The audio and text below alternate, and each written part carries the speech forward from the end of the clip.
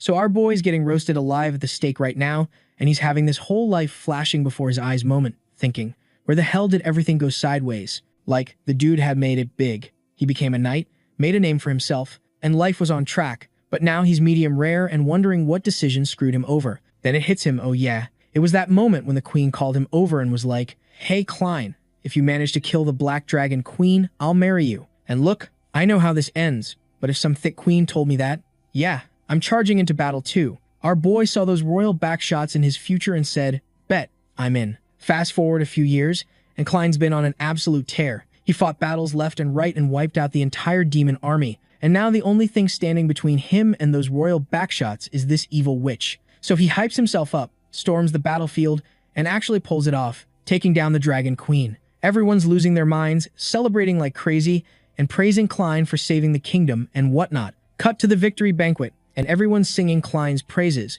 going on about how he did the impossible. But Klein's got tunnel vision. He ignores all these NPCs and walks straight to the queen. She praises him too and offers him a drink. Klein takes it and reminds her, "Yo, remember that promise you made? How if I win you'd share a drink with me?" Because man worked his ass off for this moment. The queen smiles all sweet, saying she remembers and tells him to drink up, promising all his wishes will come true. Klein doesn't hesitate and chugs the whole thing in one go. The next second, he's losing control of his body and hits the ground hard, with absolutely no clue what just happened. Meanwhile, this backstabbing bitch is standing over him with that same smile. Then this one-eyed bastard starts screaming that Klein's been inciting rebellion, that he's trying to turn the knights against the crown, and orders everyone to arrest him. The knights are confused as hell, saying there's no way Klein would do that. The man just saved the whole kingdom. Why would he rebel? But nah, these scumbags had this whole thing planned out from the start. They grab Klein's homies first, and then announce that anyone who tries to protect our boy will be labeled a traitor too. Back to the present, and Klein's literally half-cooked at the stake. He's screaming,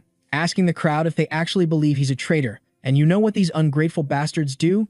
They start throwing stones and vegetables. As he's dying, he goes into the classic Manhwa revenge monologue, thinking if he gets a second chance, he'll burn it all down and destroy everyone. The usual revenge stuff. A few hours later, the fires died down, and Klein's just ash now. Then this woman in blue walks up, and damn, the artist really went off here. She starts talking about how everything's an illusion, how people waste their lives chasing dreams, but none of that matters anymore. She conjures this massive spell and says the age of magic devices is coming. A few seconds later, our boy's back, and his first words are, "I'm going to destroy the whole world." And honestly, I'm with him on this one. After all, the man was denied the royal backshots. Cut to 3 years later, and surprisingly, Klein still hasn't achieved his world destruction goals. Man's just out here getting bored, asking if there's anything fun to do. Just then, he hears some commotion in the market, so he decides to check it out, jumping down from whatever roof he was chilling on, saying it's entertainment time. Down in the market, these scumbag knights are going around forcefully taking weapons from regular people, saying it's the queen's orders. In the background, there's this little pink-haired girl watching everything go down when one of these bastards approaches her, demanding she hand over the broken sword she's carrying. The girl starts crying, explaining how the sword is worthless since it's broken and begging him to let her keep it because it's her mom's keepsake. But instead of showing any human decency, this asshole points his sword at her throat, saying, "Hand it over or die." And this bastard actually swings at a literal child, but before he can connect, his sword just drops from his hand. The knight immediately spins around, asking who did that, and there's our boy Klein sitting on a rooftop looking all smug and mocking this dude. The whole crowd starts cheering, seeing him, shouting, "Shiro came to save us." The captain points at Klein, threatening him, saying he'll regret defying their orders, but our discount Robin Hood doesn't care. The knights charge at him, and in the next frame they're all on the ground. Klein didn't even break a sweat. The captain decides to try his luck personally, but our boy grabs his hand mid-swing and delivers a devastating kick right to the family jewels. Then he tells all the knights to leave everything behind or say goodbye to their future sons and daughters because he'll make sure they never have them if they try anything. Nobody wanted their nuts rearranged, so they took the offer and ran away, though they made sure to tell Klein he'll regret this. The pink-haired girl comes up to him, calling him Shiro and thanking him for saving her. Klein gets up and tells all the villagers they're free to take whatever the knights left behind. So Klein's back on another rooftop, complaining about how bored he is. Again, that's when this priestess chick shows up, saying, "How can our boy say that when he had become a chivalrous thief and earned the respect of many people? How can he feel bored after that?" Shiro barely glances at her. He says he doesn't care about respect or any of that. What matters is if things are fun. Then the girl mischievously says how our boy used to be the strongest knight in the kingdom and asks him why he is hanging out with commoners. Then she stabs her dagger into the roof. Shiro feels like she's mocking him. The dark-haired woman denies it, but she's got this look in her eyes. She reminds him that he was the king of knights once, got executed for treason, lost everything. Shiro stares up at the massive moon hanging overhead and just curses his entire existence. She tries the whole "hey, at least you're alive, you can still turn things around" speech. Klein's like, "Okay, cool, but why the hell did you even save me?" But Messias gives him the most non-answer, asking him if she really needs a reason. She's just enjoying watching him struggle. Shiro's like, "Great, my savior's a sadist," but accepts her help anyway because what choice does he have? Then she hugs him from behind and promises she'll be there for him no matter what happens. Meanwhile, over at Castle Lin, where Count Whatever lives, some subordinates getting absolutely chewed out. He's reporting their failure, making excuses about how the enemy was too strong. The angry lord's not having it, calls him useless to his face. The subordinate's on his knees, begging for forgiveness, while this woman next to the lord is just grinning like she's watching her favorite comedy show. The overlord turns on James specifically, going off about how he keeps failing. James is desperate now, begging for one last chance, swears he'll catch Shiro this time. The lord's not interested. Eventually, he gets so frustrated, he just summons 2 warriors over. They approach, bow their heads, and get ready for orders. The mission's simple: capture Shiro at any cost. James, he gets demoted from captain to regular soldier. He agrees to it because, hey, life's more valuable than a paycheck. At least, he's not dead. Back in the city, we get this bird's eye view shot. From up high, Shiro's watching the crowds, seeing how the common people are getting treated like garbage. He knows trouble's coming. Messias is next to him, reading some line from a prophecy about blade shards reuniting. But our boy turns to him and says that he doesn't care. Then Shiro and the girl notice something's off. He's annoyed the guards are back already. Messias mentions their behavior has changed. Shiro doesn't wait to figure out why, he just rushes in.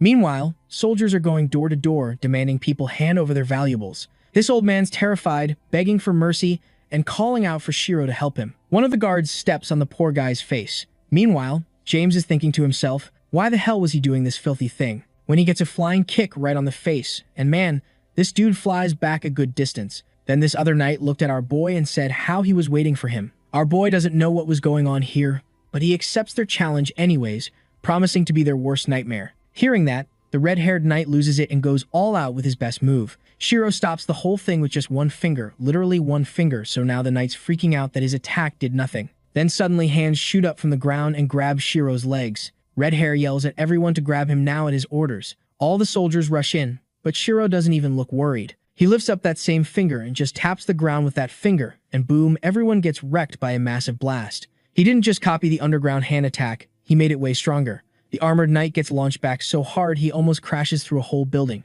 Shiro walks over and grabs the guy by his hair, yanking him up. He slams the guard's head into the wall and asks this bastard why they were looting this place again and again, but the guy won't talk, saying he's loyal to his boss. So Shiro takes off his mask, revealing his demon side. He shows the guard his nasty burn scars and tells him that he is way more dangerous than anyone he knows and says that if he doesn't talk, he'll wipe out his whole family, his kids too. The guy folds immediately, scared out of his mind. He tells Shiro everything, his boss's name, and that their boss sent them to get some magic tool, but they don't know what that is, so our boy just pulls out a dagger, asking if they were looking for it. Red Hair nods, saying how that was exactly what they were looking for. Shiro lets him go with one last warning. The guy and his crew bounce as fast as they can.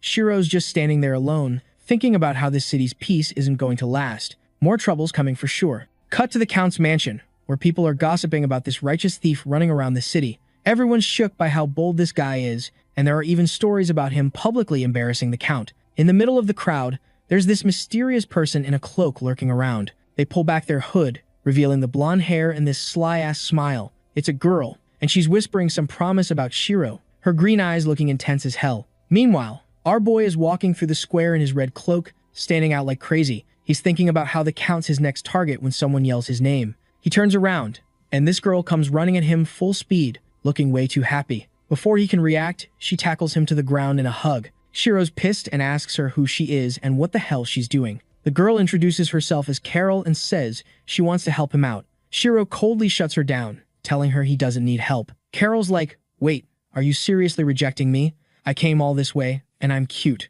Our boy looks at her, all confused about what this creature was even saying, but then tells her to go away. But Carol attacks again, not physically. She just screams righteous thievery in the middle of the busy street. Everyone around them freezes and stares. Shiro's like, okay, we need to talk somewhere private, right now. Once they're alone, Carol's going off about how she wants in on his next job. Shiro's annoyed, asking what she even wants. The girl suggests using this stink potion she's got. Shiro thinks she's insane and reminds her that what he's planning could get them seriously punished. Carol starts explaining how nasty this potion is, and honestly, Shiro's getting interested. He agrees to let her come along, promising to teach her how to have some real fun. Carol wasn't expecting that she screams with joy, and now they're planning this whole raid together. Back at the manor, guards are reporting more bad news to the Count. The Count's losing his mind, literally tearing at his hair in rage. He's terrified of this Lord Han guy and blaming all his guards for screwing everything up. The guards are just standing there horrified, listening to him rage. Just then, a knight came rushing in with more bad news,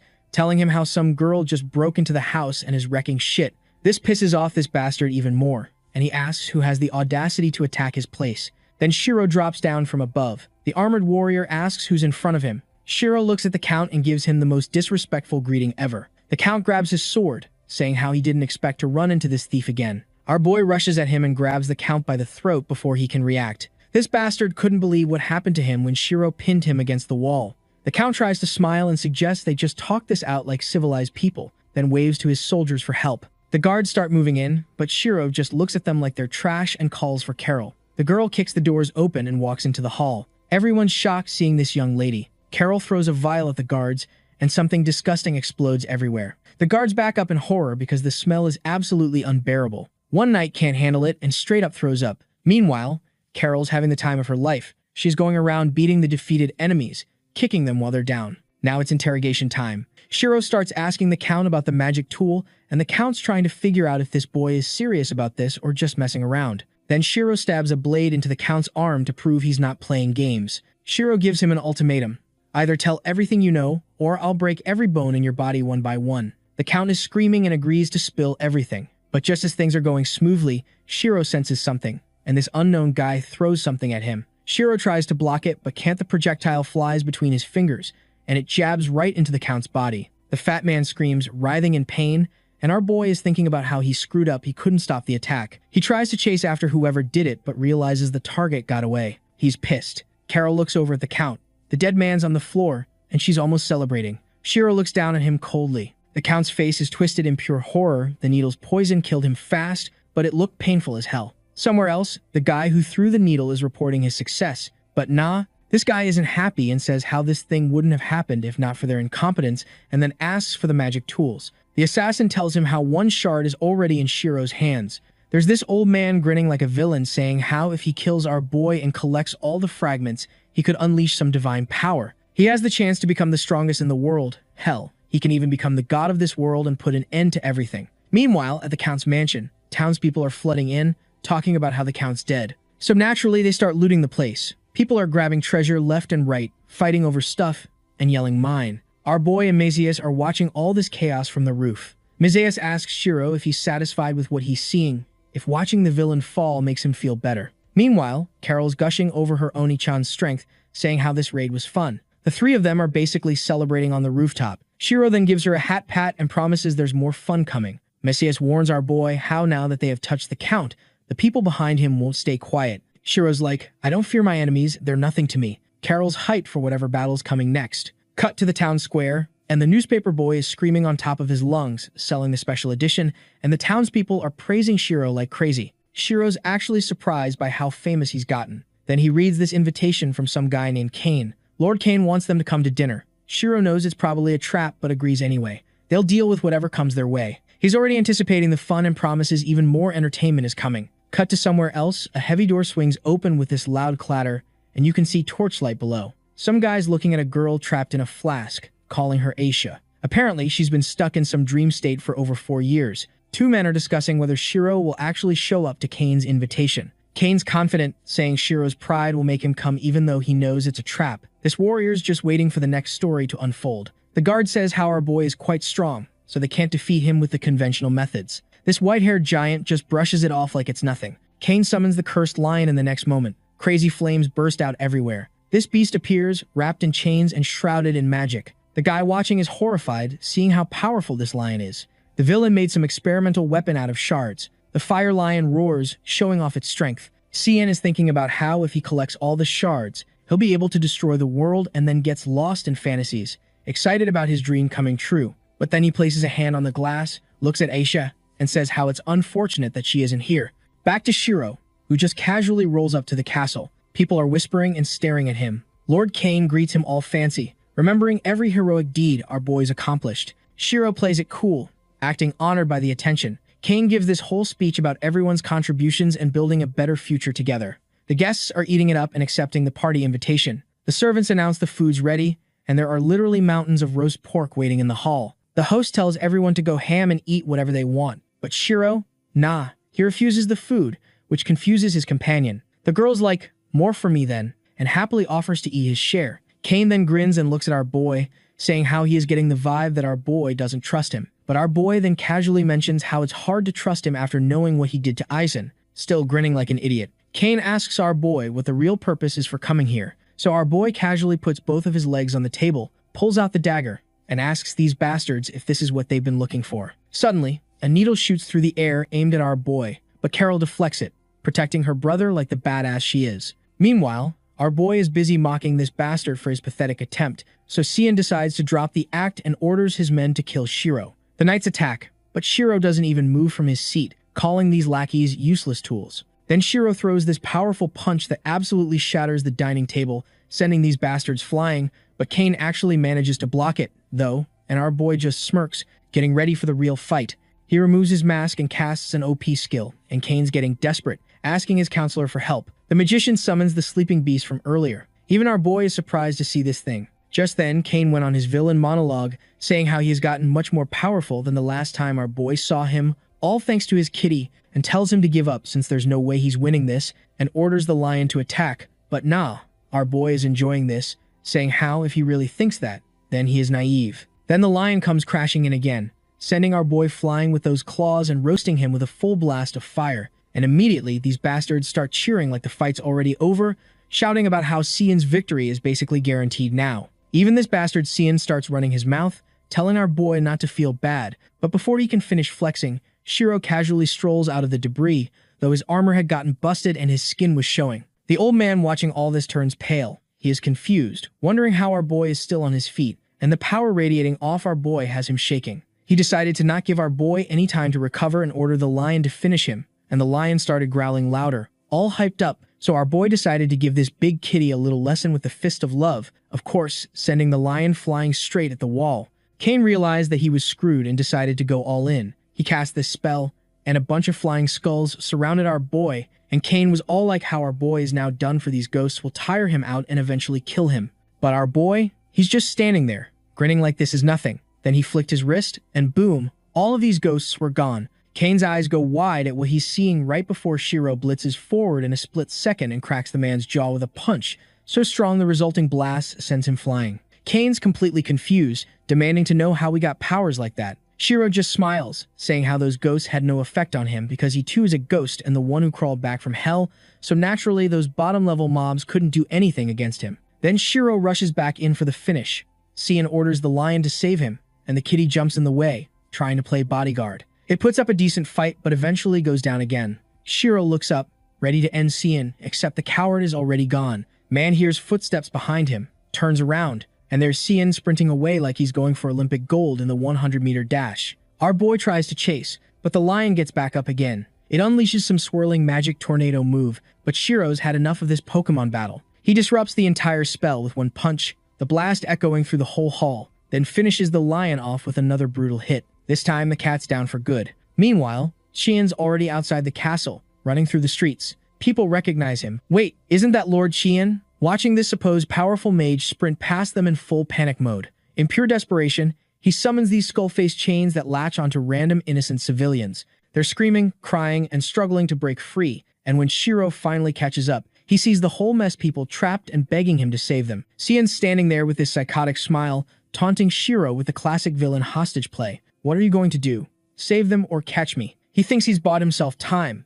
using people as human shields. But here's the thing, our boys beat Ian to hell and back. These amateur tactics don't faze him anymore. Shiro completely ignores the hostages and charges straight at Cian anyway. You can see the exact moment Cian's brain short-circuits. He cannot believe Shiro just did that. Their swords clash, and the sheer force behind Shiro's strike shatters Cian's blade. Our boy doesn't let up attack after attack, hitting this man so hard he goes flying straight through a solid wall. Shiro's face is pure rage as he growls, "Game over." But then that needle-throwing assassin pops up above him again. Shiro turns around, looking completely bored by these weak-ass attempts to poison him. And with just one casual swipe, he sends all the poison needles right back at the sender. Just then, that assassin starts laughing, and this dark purple magic wraps around Shiro in chains, and for the first time, our boy actually looks concerned, struggling to break free from this spell. Of course, Xian uses this golden opportunity to, yep, you guessed it, run away again. This man's entire combat strategy is just cardio. He books it to the dungeon and rushes straight to his beloved Aisha,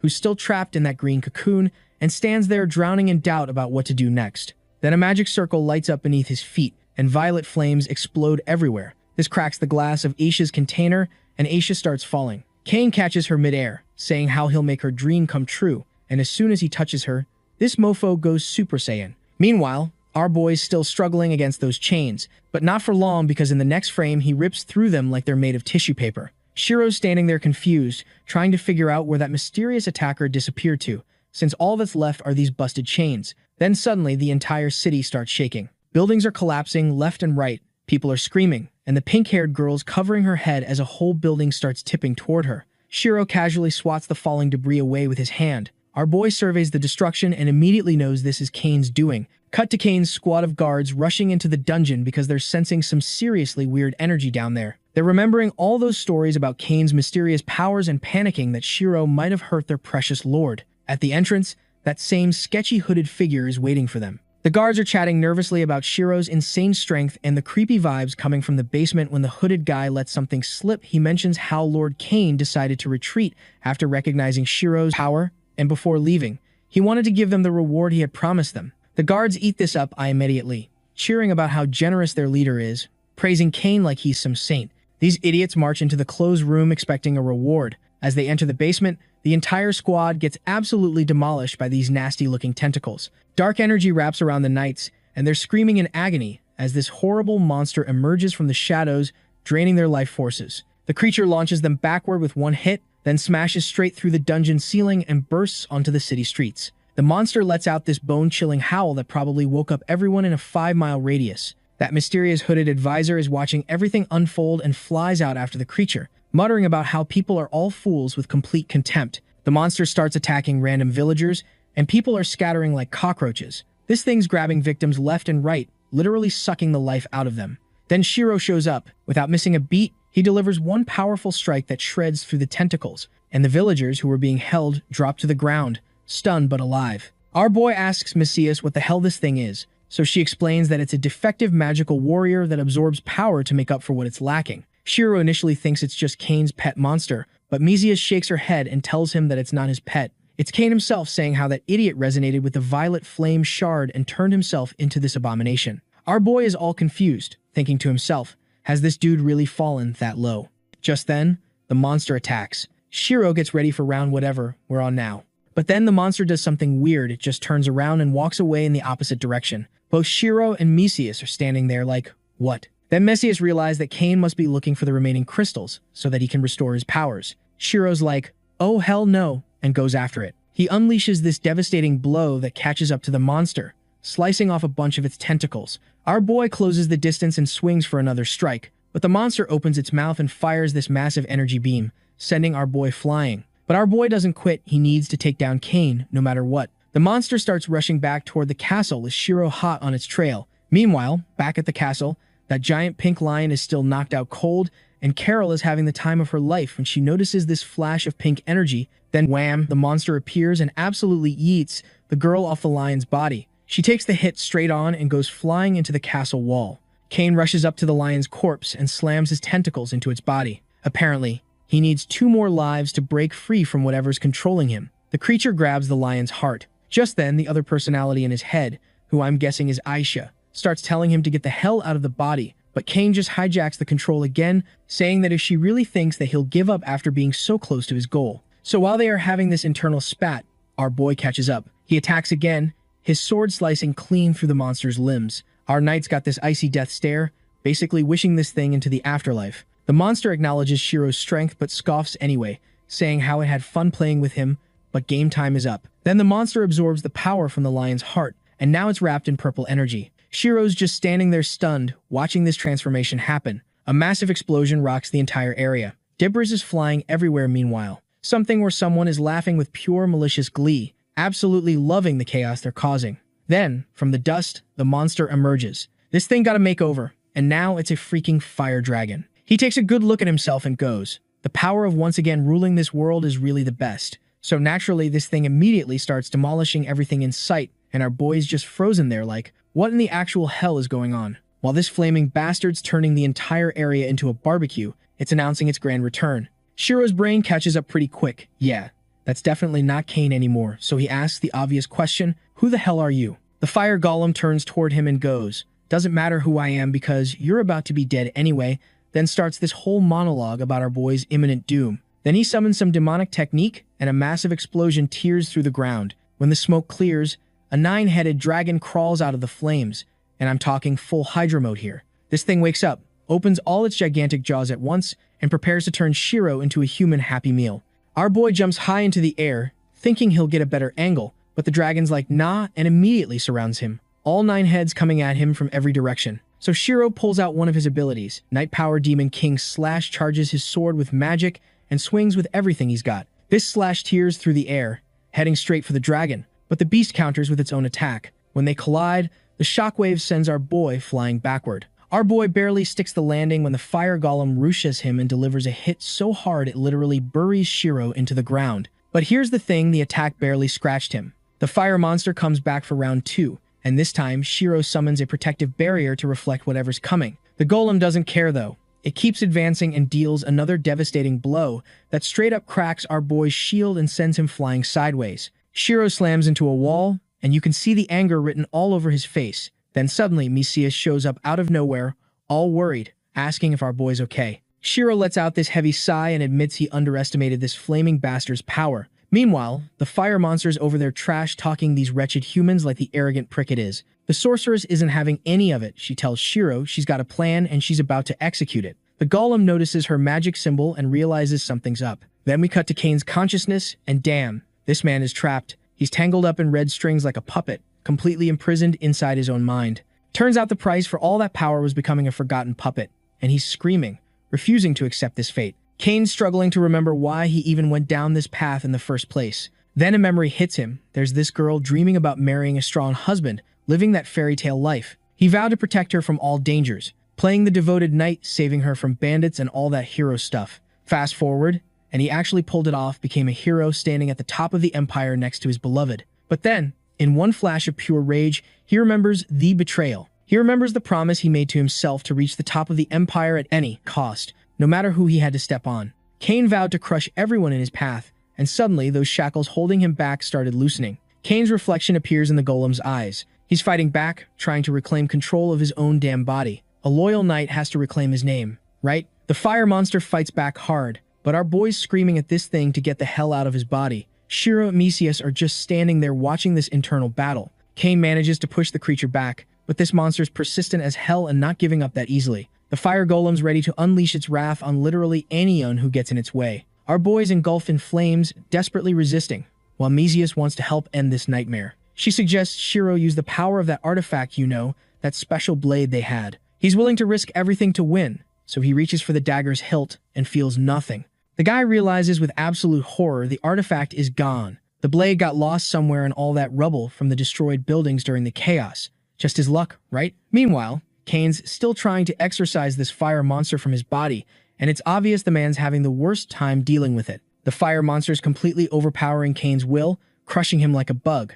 Then comes that ominous voice that sends chills down everyone's spine. The game is over. It's time to get down to the real business. So flames are absolutely destroying our boy right now, and he is thinking that this might actually be the end. Then an explosion tears through the whole city. The monsters completely hijacked Kane's body again. He shut down that little uprising real quick. Meanwhile, Shiro's running around like a maniac trying to find his missing blade, while this demonic voice is dropping ominous threats left and right. Apparently, some ancient evil has been hitting the snooze button for 1,000 years and is about to wake up cranky, so our boy needs to handle this situation yesterday, before everything goes completely sideways. Shiro throws up his magic shield again, blocking the fire golem's attack. This flaming bastard starts talking trash about how pathetic humans are. Our boy picks himself up and hits him with a correction, telling him how he's not human anymore. He was human 3 years ago, before he got backstabbed and turned into a bonfire. The fire monster's actually taken aback by that one. It clearly wasn't expecting that origin story. Since crawling out of the grave,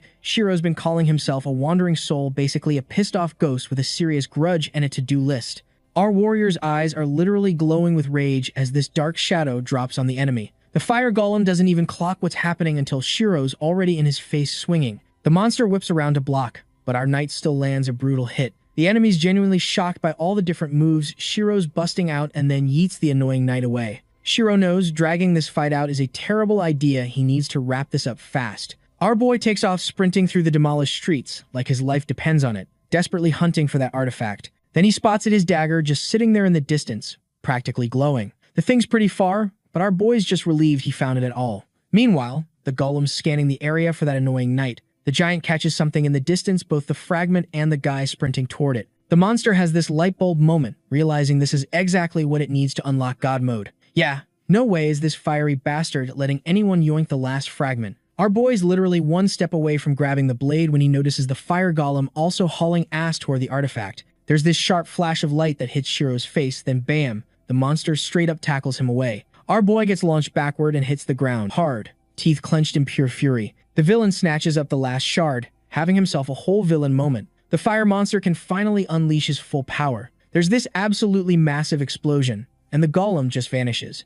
Things are escalating real fast now. The villain's got true power, and he's already planning world domination because of course he is. That's villain 101. Our hero's squaring up against this ridiculously overpowered enemy, and honestly, his chances are looking rough. The scene cuts to the dungeon of Lin Castle. Messias is monologuing about destiny and how everything has a beginning and an end, getting real philosophical with it. She's casting some spell near that busted flask when Kane senses someone messing with his vibe. With this furious scream, he unleashes purple flames everywhere. But our boy knight doesn't flinch. The demon's busy gloating at the humans when suddenly his hand starts changing color. Shiro's fighting back hard, absolutely refusing to roll over and die. Our boy keeps trying to overpower this fire golem, but the monster's threatening him with a quick death once it fully syncs with the new artifact. That's when Kane wakes up inside and starts fighting the monster from within. The fire golem literally starts punching itself because of the civil war happening in there. Shiro realizes Kane's fighting back from the inside. The loyal knight, swearing revenge for the attempted body hijacking,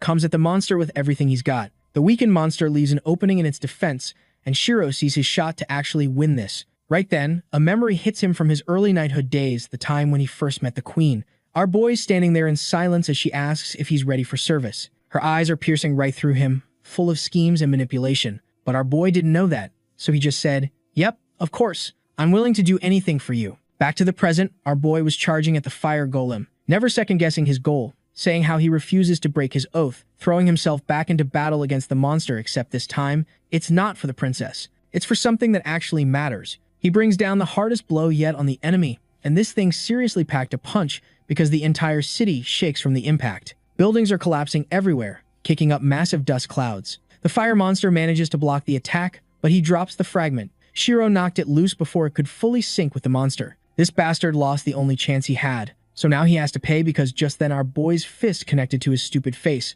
Inside, tortured Kane is screaming for the demon to get the hell out of his body. Meanwhile, our boy picks up the fragment, wondering why the hell he is trying so hard. He is coughing blood, and he can feel his strength draining. Betrayed and broken, he's fighting on fumes in spite alone just then. The thought of Natsu flashes through his mind. She denied him the back shots, but our boy intended to keep the promise he had made that day, though now it's not because he loves her. Then he clenches his fist and thinks how he'll definitely not lose again. Then Shiro channels the power of the violet flame. A purple beam shoots into the sky like a goddamn signal flare, and soon purple light floods our boy completely, and the fire monster realizes that he's absolutely cooked now because Shiro's now supercharged with energy from the relic. That mysterious hooded advisor watching from the shadows realizes his entire plan just went up in flames. Mizia spots the pillar of purple energy too, and she's actually hypey that Shiro managed to awaken the artifact's power. Our boy is surging with monstrous power as the transformation reaches its climax. The synchronization was a success. Shiro's been transformed into something completely different.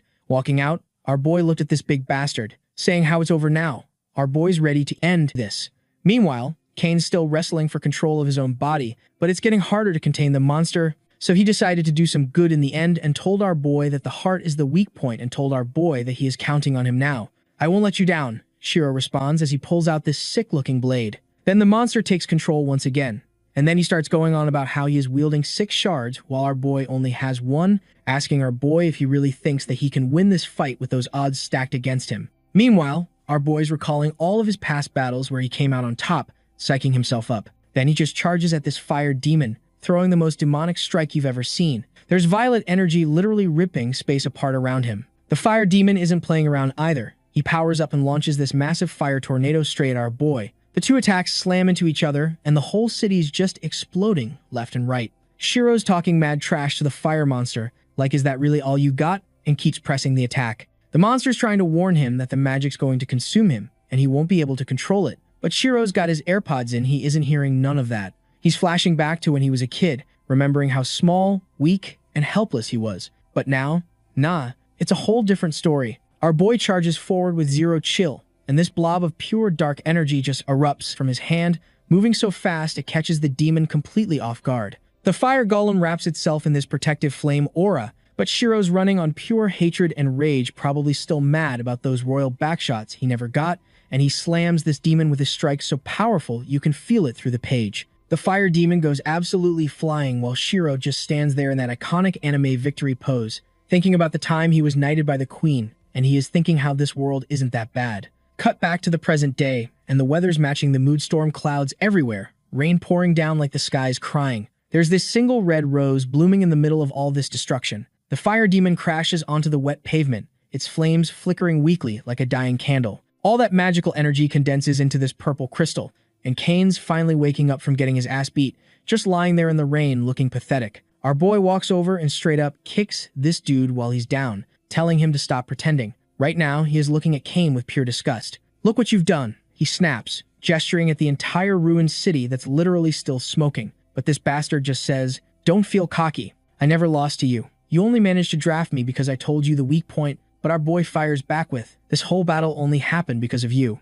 Man's completely exhausted, barely able to stand, but he's got enough energy left to roast this guy. Shiro's furious about all of Kane's lies and broken promises, and he's torn between wanting this bastard dead or wanting him to suffer longer for revenge. Kane told our boy that all of this wasn't his fault. He was tricked. That bastard from earlier had told him to collect all those fragments, and he very conveniently forgot to mention the side effects. Before these two could tear each other apart, Mesias walked in carrying Alicia. She puts her down beside him, saying how for now she's willing to put aside what he had done because he helped her by lending her his powers. He gently hugs Aisha, whispering her name all sad and tragic. Standing there in the rain surrounded by ruins, it's basically his death announcement. Mesias and Shiro start discussing Kane, calling him a victim of fate and his own greed. Dude got corrupted by the same power he was chasing. Shiro walks over and reaches for a shard of the artifact as he collects all of them. This purple blade materializes, and Mesias starts explaining how this blade is basically a nuke that could wipe out an entire city with one swing. Suddenly, there's this weird noise, and a portal opens behind them, and chains shoot forward. Shiro dodges, completely stunned by how strong this attack is. Then this mysterious cloaked figure with burning eyes appears, and you just know anyone with glowing eyes under a hood is bad news. Mesias tries to grab the blade, but this hooded guy Kane knocks her down and snatches the artifact himself. This mysterious magician just got exactly what he came for, but our boy's not having it and tries to take it back, hitting him with a magical strike, but this dude just casually blocks it with magical chains. This dark figure's out here mocking how weakened the Night King has gotten and then shoves Shiro away like he's nothing. Our warrior's face is burning with pure rage. He's done playing around. Shiro screams and unleashes this massive magical strike that makes the air itself shake. The pink chains explode under the pressure, and the enemies watching in complete horror. The mage barely dodges in time and probably felt that attack breeze past his face. Then he starts reminiscing about when Shiro was at his peak, back when he was actually a threat. But now, the King of Knights is running on empty, and he's staring at his opponent with this hopeless look. Our exhausted knight is realizing just how powerless he is right now. The Dark Mage is enjoying this whole situation, but also wants to wrap things up quickly. Just then, Mesias walks forward, asking if this is where it starts. She angrily spits out the name Ravis. This guy starts laughing, saying how it has been a while since they last met, and then tells her how she's going to regret betraying him one day. But nah, she smiles back, points at our boy, and says how Ravis will be the one who'll lose this battle, and it'll be all thanks to him. Then Ravis just opens a portal and dips, but before he drops the speech about how God's about to wake up, so humanity is definitely cooked after he's gone. Shiro slams his fist on the ground in frustration, thinking how he couldn't do anything and how he's too weak right now. Then he turns to Mesias and asks if she knew that bastard. She nods, saying how they've actually known each other for a great deal of time. Shiro gets all mad. He grabs her by the collar, saying how she should have warned him beforehand so he could prepare and not lose the artifact like some amateur. The guy needs to cool down, though he's barely standing on his feet after fighting just one magical warrior. Shiro's about to object when suddenly a familiar voice calls out. Carol comes running as fast as she can toward her Oni-chan. Our boy asks Mizius to report any information she has. She admits she didn't expect the magician to return so soon either. She underestimated the whole situation. Carol's clearly terrified after her fight with that lion.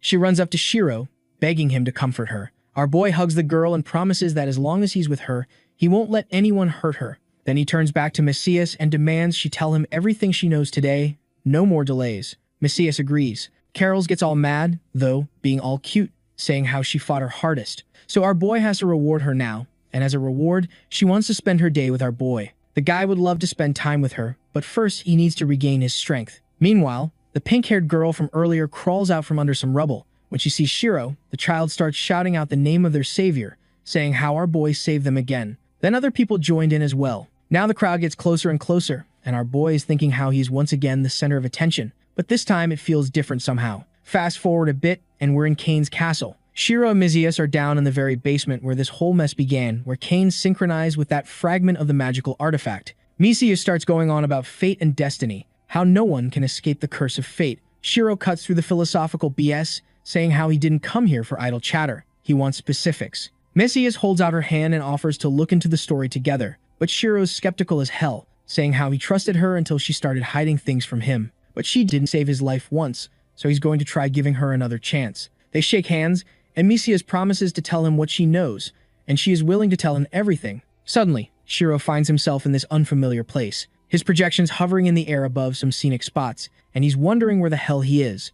Mizius appears beside him, explaining she's transported them back 5,000 years back when civilization didn't even exist yet, and gods used humans as slaves. People are panicking, trying to run away from someone. This huge shadow approaches, and a heavy blow falls upon these unfortunate people. This huge red-headed god starts bragging about the punch he just used to put down so many innocents, like it's some kind of sport. His blue friend finds it too boring, though he prefers clenching them in his fist. In his opinion, that's way more fun. Back in this old era, before humans gained any real power, humanity was literally treated like livestock. Shiro's wondering how did people back then manage to defeat these giant creatures? The answer, they couldn't.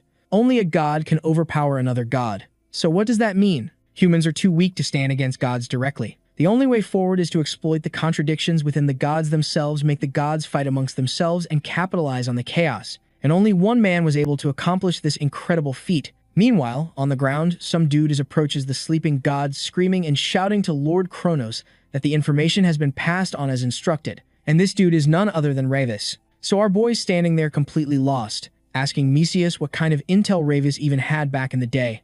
Mizius turns to him like, "Bro, you have to understand the gods were literally backstabbing each other 24/7. It was Game of Thrones, but with actual immortal beings." Back on the ground, Ravis walks up to Kronos. He's like, "Yo boss, remember those guys you sent to Highland Island? They found something wild. Turns out Lord Katrin's been researching how to seal gods." And when I say Kronos went ballistic, I mean this man's entire aura turned red with rage. He's screaming, "To the hell is he planning to steal?" Because think about it, once Katrin perfects this technique, fighting becomes pointless. You can't beat someone who can just snap their fingers and trap you in god jail forever. So Kronos makes the executive decision right there.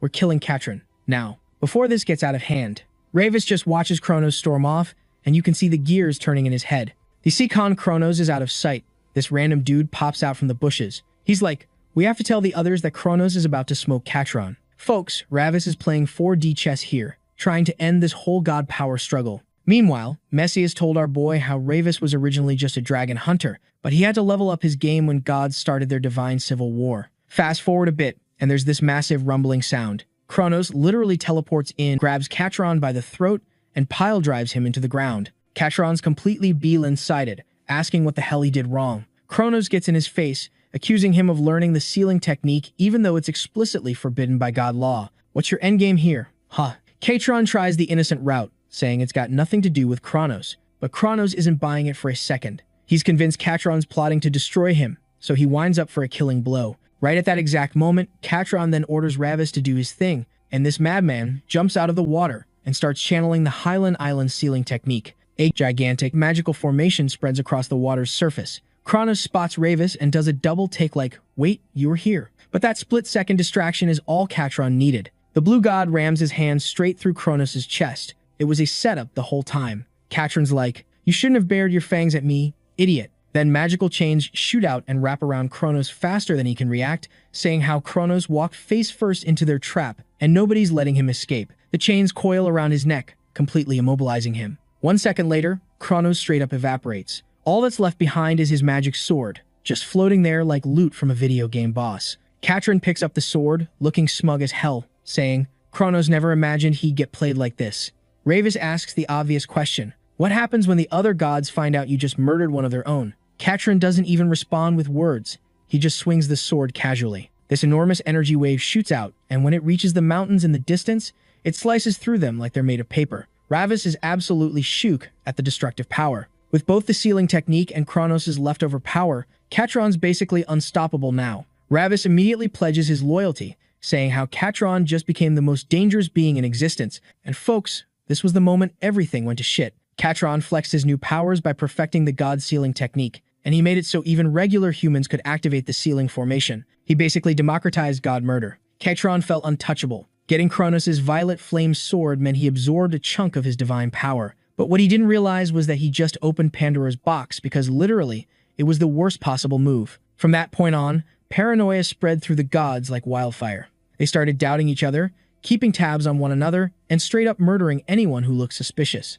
The gods became opportunistic as hell, and they started empowering humans to fight their battles for them. They'd give people fragments of divine power to help take down rival gods. The god body count skyrocketed, but humanity's power was also growing exponentially too. Eventually, humans became more powerful than the gods themselves. Whoops, Catron watches in absolute horror as he realizes what he's created. Meanwhile, Ravis had been waiting for this exact scenario for years. Ravis's historical backstabbing brought this dark-ass future to humanity, but for him, it was all according to plan. After taking down Catron, Ravis crowned himself god of the entire world. Humanity celebrated, and Ravis was like, yeah, I'm your god now. Our boy Shiro suddenly snaps back to reality. His projection starts glitching out, and in the next second they were back. Our boy turned to Messias and asked her if that was it. She told him that maybe Ravis did something to keep this story buried. Now Shiro understands what kind of enemy he's facing, a regular-ass human who had the balls to manipulate gods and actually succeed. Cut to some time later, and Ravis approaches the queen with some juicy intel saying how he investigated our boy as she said and then goes. He is indeed an interesting man because he has his sight on us as well.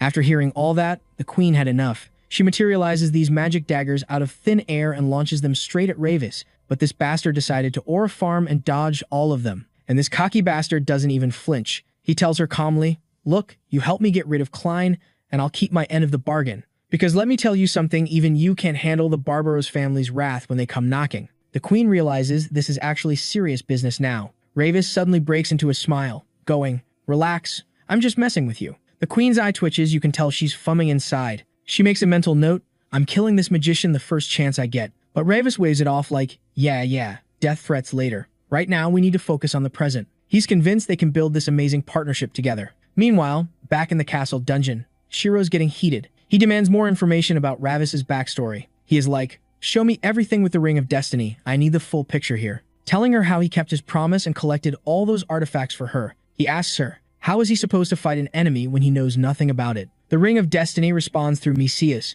saying it's not the right time to reveal everything. When the moment comes, Shiro will figure it out himself. Shiro's getting annoyed now, calling her out, you always hide behind the Ring of Fate whenever I ask real questions. Messias gets quiet and says she's just a lonely soul.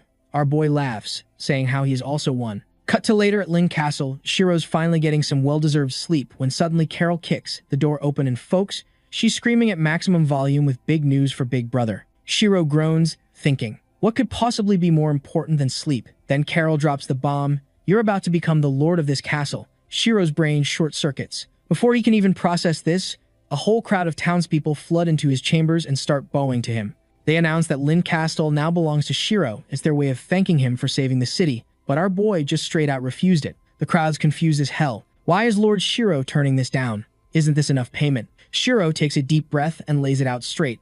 Look, I didn't save you people out of the goodness of my heart. I did it for my own reasons. He slams his hand on the table next to him, making everyone jump. Now get out of my room. I'm not your savior. You want a hero? Go find another idiot willing to play that role. Then, not wanting to deal with these idiots, he walks out, thinking to himself how he is not going to trust anyone. A few minutes later, Shiro's already at the castle gates, ready to bounce. Messias floats beside him, genuinely surprised. "You're leaving already? The villagers clearly want you to stay." Shiro cuts her off. "They don't want me. They want whoever they can project their hero fantasies onto. There's a difference." Messias presses him. "Don't you have any attachments here? You've been here for a year." Shiro doesn't even look at her and asks her, "What's the point of being attached to anything?" and told her to just shut up and follow him. He barely takes 10 steps before he hears a small voice shouting his name through the rain. It's the little pink-haired girl from before, completely soaked but running after him. She's breathing hard, saying she heard he was leaving and wanted to give him provisions for the journey. She pulls out these perfectly wrapped breads that were clearly made with care. For the first time in this whole scene, Shiro's expression softens. He actually looks pleased by this gesture. He accepts the gift and genuinely thanks her. The girl says she'll pray to the gods for his safety. As she says, "Good boy," he pauses for a second, thinking how he wants to kill those bastards, but he can't break this little girl's heart, so he tells her how he is thankful for it. They part ways on that surprisingly wholesome note. As Shiro walks, he takes a good look at the bread, saying how it's a symbol of a good harvest. Fast forward a bit, and we're outside Lavi Castle, where it's cold as hell. Carol's shivering, complaining about how she can't even get a fire started in this freezing weather. Shiro drops down from a tree and casually walks over. Without missing a beat, he activates his Hellfire skill and lights up the kindling like it's nothing.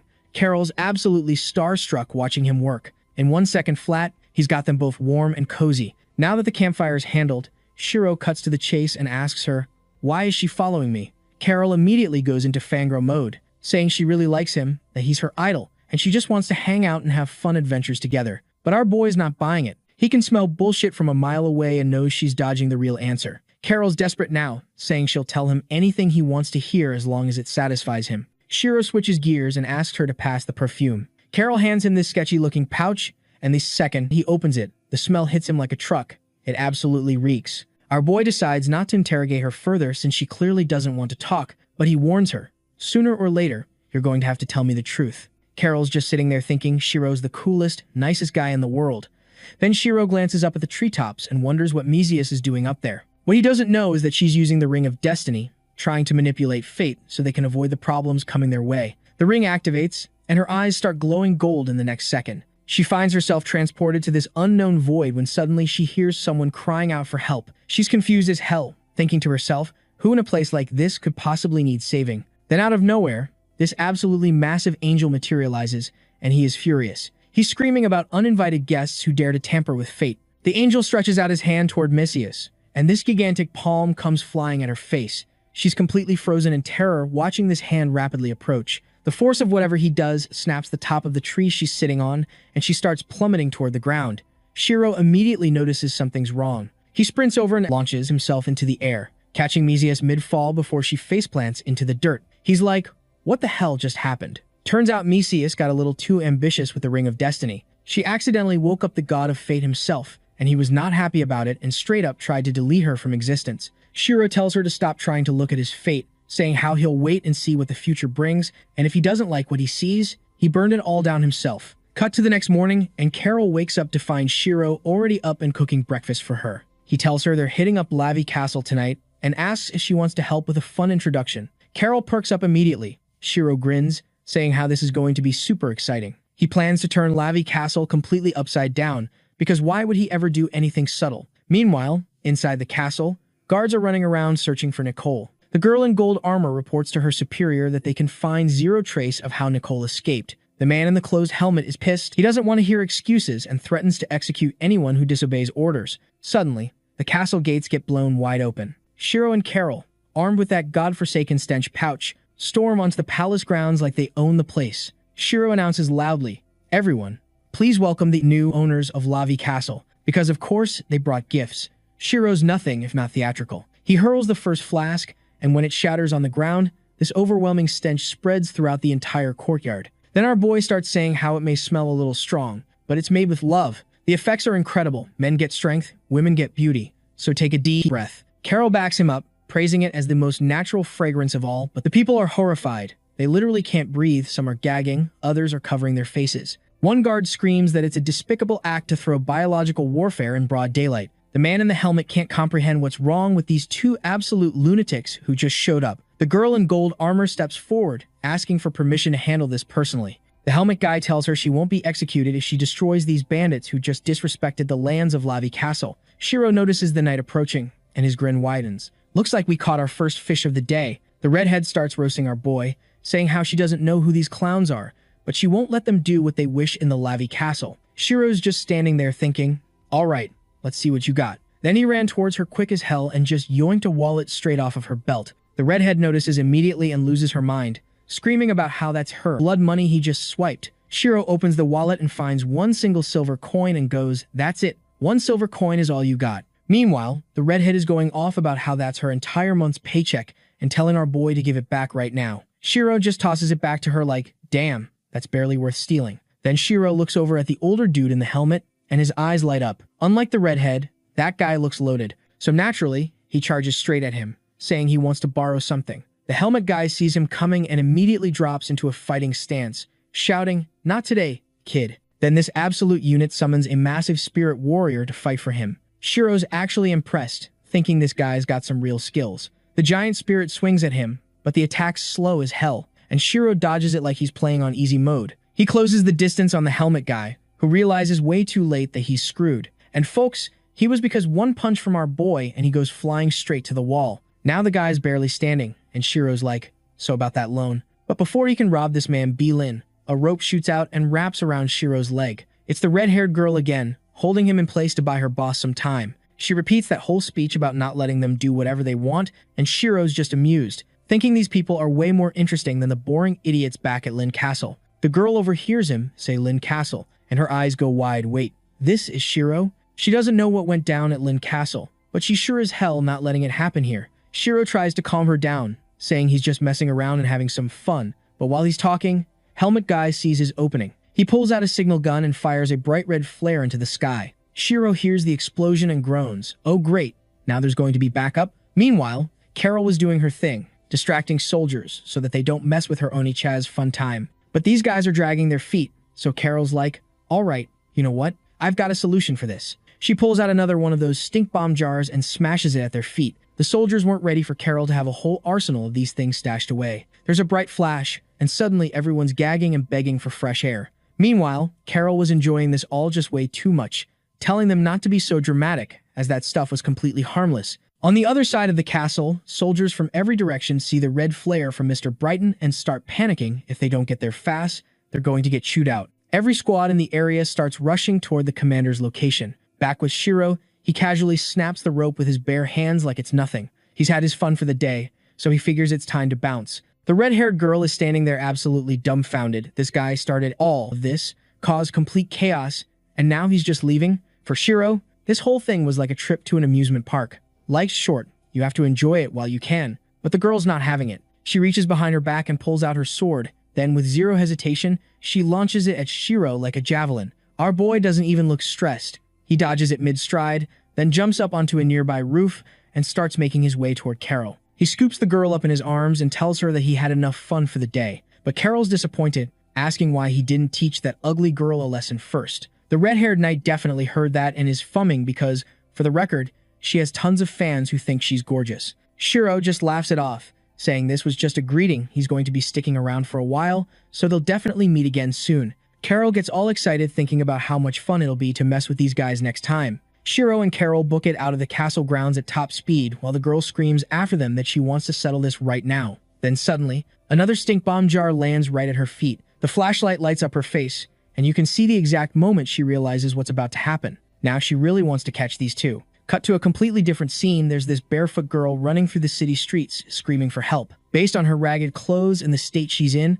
someone's definitely been experimenting on her. The Lord of Castle Fang put out a bounty for her capture, and now the palace guards are hunting her down. She trips and falls flat on her face, and the guards immediately surround her. They haven't even caught her yet, and they're already arguing about how to split the reward money. The girl's terrified, thinking there's no way in hell she's going back to that place. She remembers what they did to her, and the thought alone fills her with rage. She grits her teeth, and suddenly, the temperature drops. Her eyes start glowing. One guard tells everyone to fall back, screaming that this little girl is a witch. But before they can scatter, every single one of them gets turned into ice sculptures. The girl tries to run again, desperate to get away from people. But then she sees a bright flash of light right in front of her. Mesias materializes out of nowhere, blocking her path. The girl backs up, terrified, begging them not to come closer. She's crying, saying she doesn't want to hurt anyone. So Mesias walks up to this terrified kid and pulls her into a hug, going all mom mode, telling her that it's okay now. Nobody's going to hurt you anymore. Meanwhile, over at the west side of Robbie Castle, Carol's absolutely inhaling a bowl of noodles. Shiro's watching her and tells her to enjoy it while it lasts, because once word spreads about their little stink bomb terrorism, they're going to be wanted across the whole city. But Carol's already 10 steps ahead. She just shrugs and says if anyone refuses to cook for them, they'll just make them cook. Shiro's looking at his student like a proud parent, thinking, this girl gets it. She's learning. The innkeeper's been side-eyeing these two the whole time, clearly suspicious. Then some dude bursts out from the back and whispers something to the innkeeper. The next second, the innkeeper's pointing at them, screaming they're wanted criminals guilty of debauchery. So our dynamic duo realizes it's time for their favorite strategy, tactical retreat. They bolt, but the guards spot them immediately, and these guys are OUT for blood because they're still traumatized from the stink bomb incident. Carol just smirks and pulls out more flasks of that biological warfare, basically asking, y'all want round two? The guards get hit with that unholy stench again and are probably questioning every life choice that led them to this moment. Cut to the red-haired girl apologizing to Brighton for failing the mission. She's beating herself up, but Brighton's being weirdly chill about it, like, nah, those criminals were just built different, don't stress. She wants to mobilize every soldier in Robbie Castle for a manhunt, but Brighton shuts that down quick. He says forget about the criminals for now, priority number one is finding Nicole. Then he drops this concerning line, calling Nicole both a real monster and an important tool, which is giving major red flags about what they've been doing to this poor kid. The girl agrees though, so they're on the same page with this sketchy plan. On the first day after the stink bomb incident, wanted posters of Shiro and Carol are plastered everywhere around Robbie Castle. Then Shiro notices Mesias wandered off, and Carol spots her under a tree hugging some random kid. They walk over to check it out, and Shiro's narrating in his head about how this child's fate was sealed from birth, doomed to be a victim in someone else's twisted game. The guards mention looking for someone named Nicole, and if this is Nicole, then apparently the entire castle's future depends on this one traumatized little girl. The kid's passed out in Mesias' arms, mumbling about her mom in her sleep. Meanwhile, at Robbie Castle's library, there's this priest walking around doing his whole sermon routine, preaching about how the apocalypse is coming and the only way to survive is to abandon logic and put blind faith in God. You know, classic cult leader energy. But there is one more thing. This priest I is actually the Lord of Robbie Castle. Brighton comes running in with urgent news, and Fang immediately gets pissy because he's warned him like a million times not to interrupt his divine revelation reading time. Brighton apologizes but says this is important enough to risk it. Turns out Fang already knows about Nicole disappearing and the intruders. Brighton's shocked, and Fang goes into this pretentious speech about how if Brighton also abandoned rational thought and listened to divine revelation, he could be psychic too. Then he drops back into preacher mode with some cryptic prophecy. When old age comes, thick ice will crack the rock. Everyone will perish, and only the believers will be saved. Over at Branchino Manor, Irina just got home and heads to her father's room. The old man calls her in because he's got that I'm dying and need to drop some final wisdom energy. He tells her the Branchinos are a big deal family, and when he kicks the bucket, she'll be the one carrying the torch. He apologizes for being too strict with her growing up, but Irina's all business. She wants to keep fighting for the family's ideals. Her dad's a little disappointed by that answer, though. Not because she's unreliable, but because she's a woman, and in this medieval sexist hellscape, that's apparently a problem waiting to happen. Irina tells him not to worry about it, and the old man seems satisfied enough to finally rest. Cut to some time later. An attendant comes and checks his pulse, turns to her, and goes, "Welp, he's dead." Irina looks at her father and promises to protect the family legacy no matter what. Back with our crew outside Robbie Castle, Shiro's confused as hell about how one little girl can determine the fate of an entire castle. Mesias drops some philosophy about how fate's unpredictable. If she hadn't shown up that day, Shiro would still be a pile of barbecue ash at the execution grounds. Meanwhile, Carol's feeling all sympathetic for the kid, but Mesias tells her to chill, telling her that Nicole has been through so much, so she's frightened around strangers. Shiro tries to refocus everyone. Their actual mission is finding the ice hammer. That's when Mesias hits them with the news that the girl's body has a shard of the ice hammer inside her. Shiro's like, who the hell does that to a kid? The girl starts having nightmares again. She's running through this dark labyrinth, trying to hide from someone, calling out for help. Then chains just appear out of nowhere, trip her up, and she face plants on the stone floor. She turns around and sees this massive hand reaching for her. It's that bastard priest, holding an ice shard, going full religious fanatic mode, and calling her his beloved princess chosen by God. He's saying she needs to accept this divine blessing, and then he just stabs her with this huge ice shard. The power floods her body while she's screaming in agony. The girl jolts awake, and Messias is right there waiting for her. She comes over, pulls her into a hug once more, and comforts her, promising that nobody's going to hurt you anymore. The scene shifts, and our boy is complaining like a little kid, asking why he got stuck on cooking duty. Carol just drops the grocery basket and straight up screams at him to shut his mouth and get cooking, saying that the girl they rescued needs to eat, and he's out here acting like a baby. Shiro doesn't appreciate being yelled at like this, but deep down he's low-key excited to flex his cooking skills and blow everyone's minds. Carol's bouncing with excitement because she's about to taste her big bro's home cooking for the first time. Inside the room, the girl's asking Messias why she even bothered saving her. Messias goes into full philosophical mode, talking about how it was fate's will. Fate wanted the girl to meet her, and they're all just puppets dancing on fate's strings anyway. But the girl's still terrified, explaining how Lord Fang tried to turn her into a straight-up monster. Messias gently asks her to share what happened, but the moment the kid tries to think about it, this sharp pain shoots through her body and mind. The trauma's so bad, she literally can't remember without it feeling like she's being stabbed. Just then, Shiro and Carol burst in carrying this massive platter of food. Messias tells the girl to eat first, get her strength up, and then they can talk about the heavy stuff. Shiro sets everything down and calls everyone over for the meal. The girl thanks him for caring, and our boy walks over, puts a hand on her shoulder, all reassuring like, and tells her she's got nothing to fear as long as she's with them. But the second Shiro takes his hand off her shoulder, this weird glow appears. Even Messias notices it's something mystical just went down between them. Later that night, the little girl was knocked out, sleeping next to Carol. Meanwhile, Shiro's doing his signature move, sitting on a rooftop looking broody and contemplative. Messias climbs up to join him because apparently she doesn't want the lonely hero sulking by himself. Shiro admits he's exhausted. He doesn't want to work with Messias anymore because, honestly,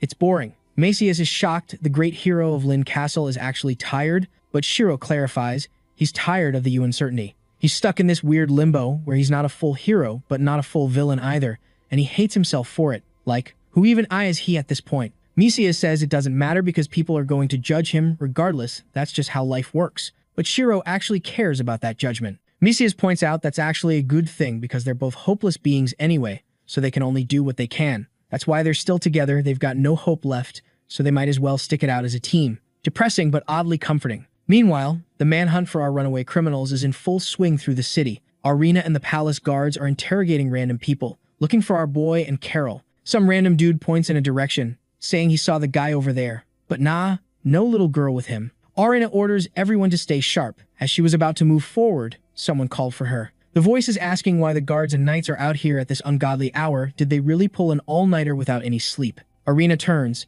saying how she found out about his real identity. Shiro's a demon who committed terrible crimes at Lin Castle. Shiro's actually hurt by this. These accusations are completely false. He was the one getting roasted at the stake, remember? He's the victim here. Arena doesn't care and orders an attack. A bunch of arrows come flying at him, but Shiro just casually waves his hand, and they all scatter like confetti. Man didn't even try. Two guards think they're clever, sneaking up behind him. One charges up lightning magic, the other summons fire. Shiro just grabs both their fists mid-attack and doesn't feel a thing. The guards are absolutely stunned. Our boy's like, the fact you idiots learned so little about me means you have no idea. I'm the invincible righteous thief, Shiro. Then he just yeets both guards off the platform. Arena realizes things are going south real fast. She draws her sword and calls upon the strength of the Branchino family. She's got that family honor on the line now. She then looks at her sword, saying how she has to use her ultimate skill to teach this man who mocked Castle Lavi a proper lesson. In the next moment, her sword started glowing all red, and even our boy was surprised seeing it. He wondered if she's got some actual skill.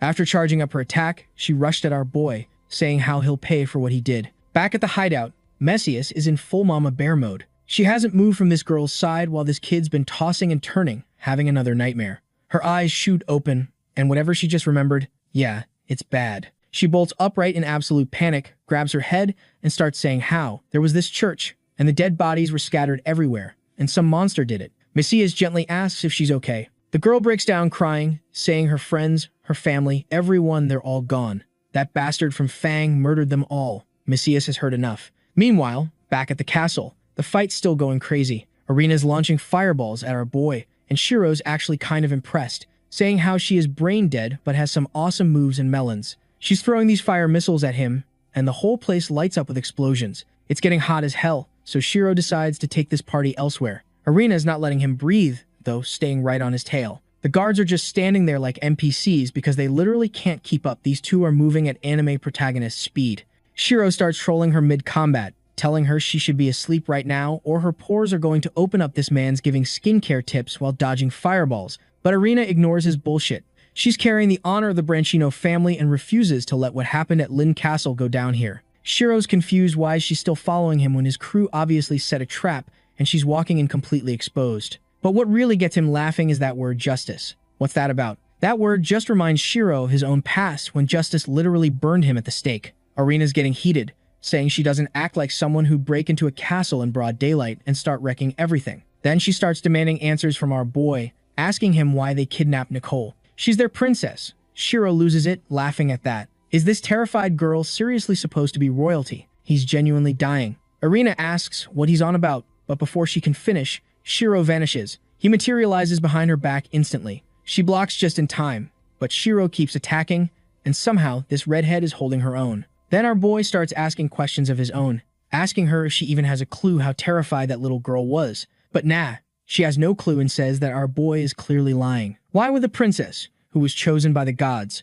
be scared of anything? That's when Shiro gets it that all of these idiots have been brainwashed. He laughs, saying how it's always the people, with a strong sense of justice, that are the easiest to trick. Arena breaks away and creates some space. Our boy jumps back a few steps, clearly surprised by her. Arena yells for him to get down here and keep fighting, but Shiro's got something better. He wants to make a wager. There's no point in killing her. In 2 weeks, the whole world's going to flip. Her precious justice will look like a clone show. Lord Fang, Nicole, Brighton, everything will look completely different. If Shiro loses, Arena can do whatever she wants to him. That's the deal. But what if he's right? She can keep her justice without being puppeteered by others, but she needs to use her brain about it. Arena doesn't trust a word but takes the bet anyway. Shiro tosses her a coin to seal it. She catches it without saying anything. 2 weeks from now, they'll see what her justice is really worth. Then Shiro dips. Arena's completely gassed after that fight, too exhausted to chase. After his little chat with Arena, Shiro heads back to the spot, leaping from one building to another as he is midway there.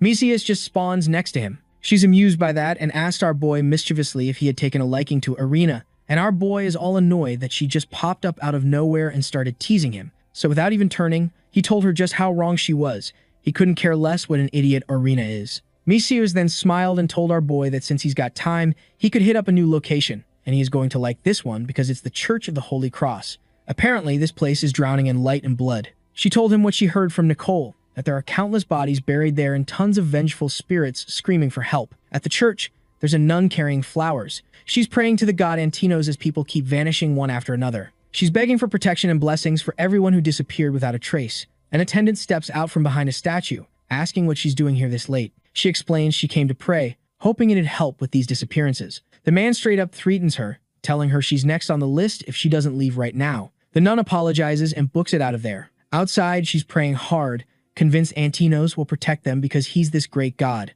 She was on her way home when she saw our boy on the tree, wondering if this place really was the Church of the Holy Cross. Why does the place where everyone prays look so janky? She got all too curious about this monkey man and asked him who he was and what he was doing in the tree. Our boy drops down and walks toward her and goes, "Over in Castle Lavi, they call me Shiro, a righteous thief." The nun sees his mask and remembers what God supposedly said. Those who hide their faces are villains. So she got to the only logical conclusion that this dude must be plotting something sketchy. She whips out a knife, tells him that she might look like a frail little gnome, but she knows some moves, and asks him if he is here to cause chaos. In 1 second, Shiro has her flat on her back. He's pissed, asking if she can't hear the countless souls beneath their feet. They're screaming right below them. The nun calls him delusional. This is the holiest spot in the castle, and she won't let him disrespect God. Shiro slams his fist into the ground next to her face and tells her to shut it. He demands she close her eyes and actually listen, or he'll end her. The nun's confused why he's so angry but has no choice. She closes her eyes to hear whatever he's talking about.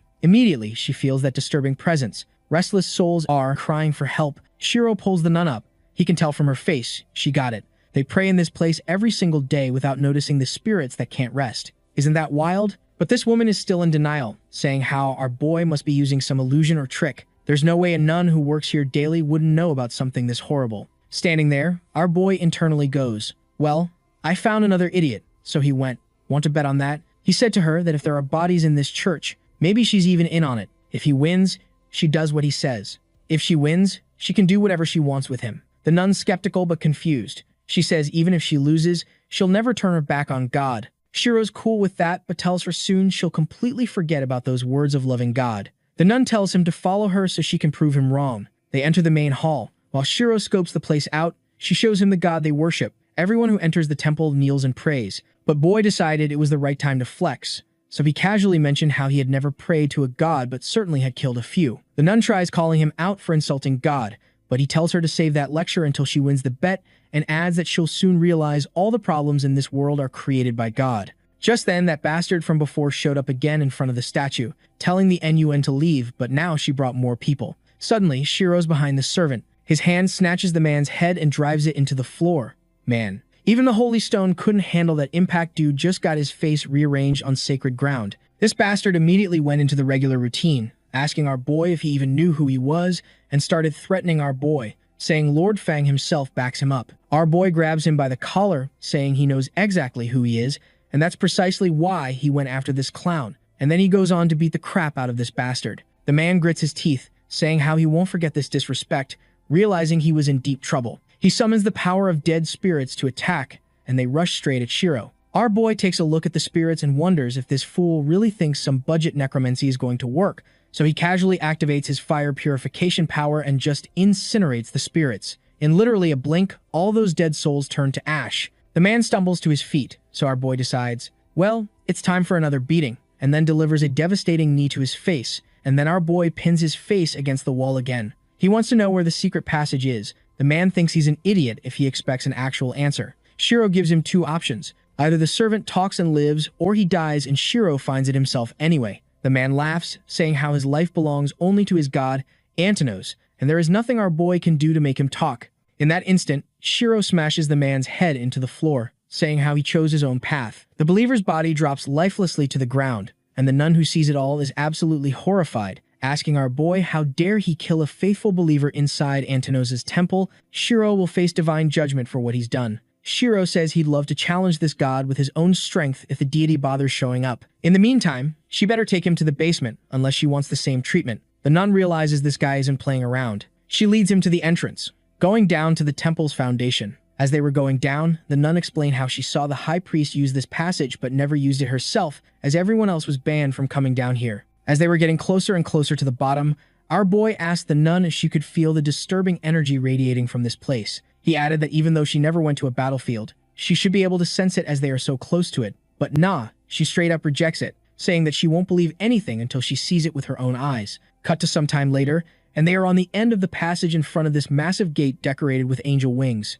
Shiro tells the nun to back up so he can open it. He extends his blood-covered hand and presses his palm to the gate's center. The gate starts opening, emitting this creepy red glow. Red mist seeps out from the sealed room. The nun collapses to the ground. She's terrified by what she's witnessing. Meanwhile, our boy goes. No matter how pitiful they were, no matter how hard their lives were, in the end they were nothing but victims, and the scene inside is messed up. There are these massive pools of purple blood, corpses, and literal mountains of bones scattered everywhere, and a gigantic tree feeding on their unfulfilled dreams. The nun covers her face, wondering why she did something so horrible, but the answer is painfully simple. They were all murdered to feed this massive creature. Now, even though she is seeing it all, she still can't believe it. This woman is in complete shock, though she finally realizes that the god they worshipped wasn't divine or noble. He was just a monster devouring their bodies and souls. The woman's scared out of her mind. Everything she believed in was a horrifying lie. While the nun tries processing this nightmare, Shiro decides it's time for a showdown with these false god servants.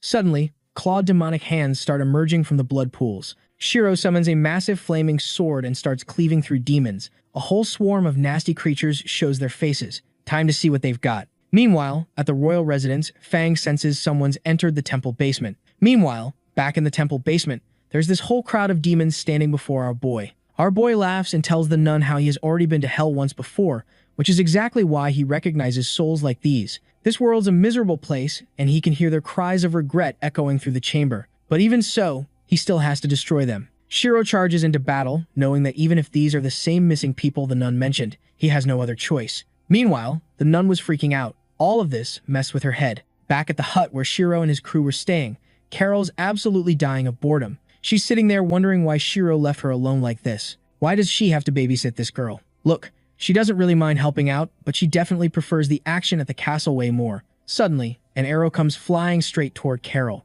The girl hears it whistling through the air and dodges just in time. She sneaks over to the window to peek outside and see what's happening, and oh boy, a whole army of guards has surrounded the entire hut. Brighton's out there ordering them to capture Nicole, adding how Lord Fang said to bring her back, dead or alive. The archers draw their arrows again, and Carol's absolutely shocked, wondering how the hell the difficulty level just spiked to maximum out of nowhere. She doesn't want to fight this many guards by herself. Just then, the archers open fire, and a bunch of arrows come flying straight at her. Carol quickly grabs Nicole in a cloak and wraps the girl up tight, muttering how if they manage to escape this mess, she is definitely going to make our boy tree her. Carol scoops up the girl and launches herself out the window at full speed. The guards weren't expecting the girl to just jump straight at them like some maniac. While they're all processing what just happened, Carol cushions her landing by stepping on one guard's head as a footstool. Things are looking RO right now. They need to run now before this gets worse. Right then, Brighton blocks their escape route. He told Carol to leave Nicole, and maybe he'll let her go, but she straight up told him that's not happening. So this bastard used the same summoning magic to call for that massive night.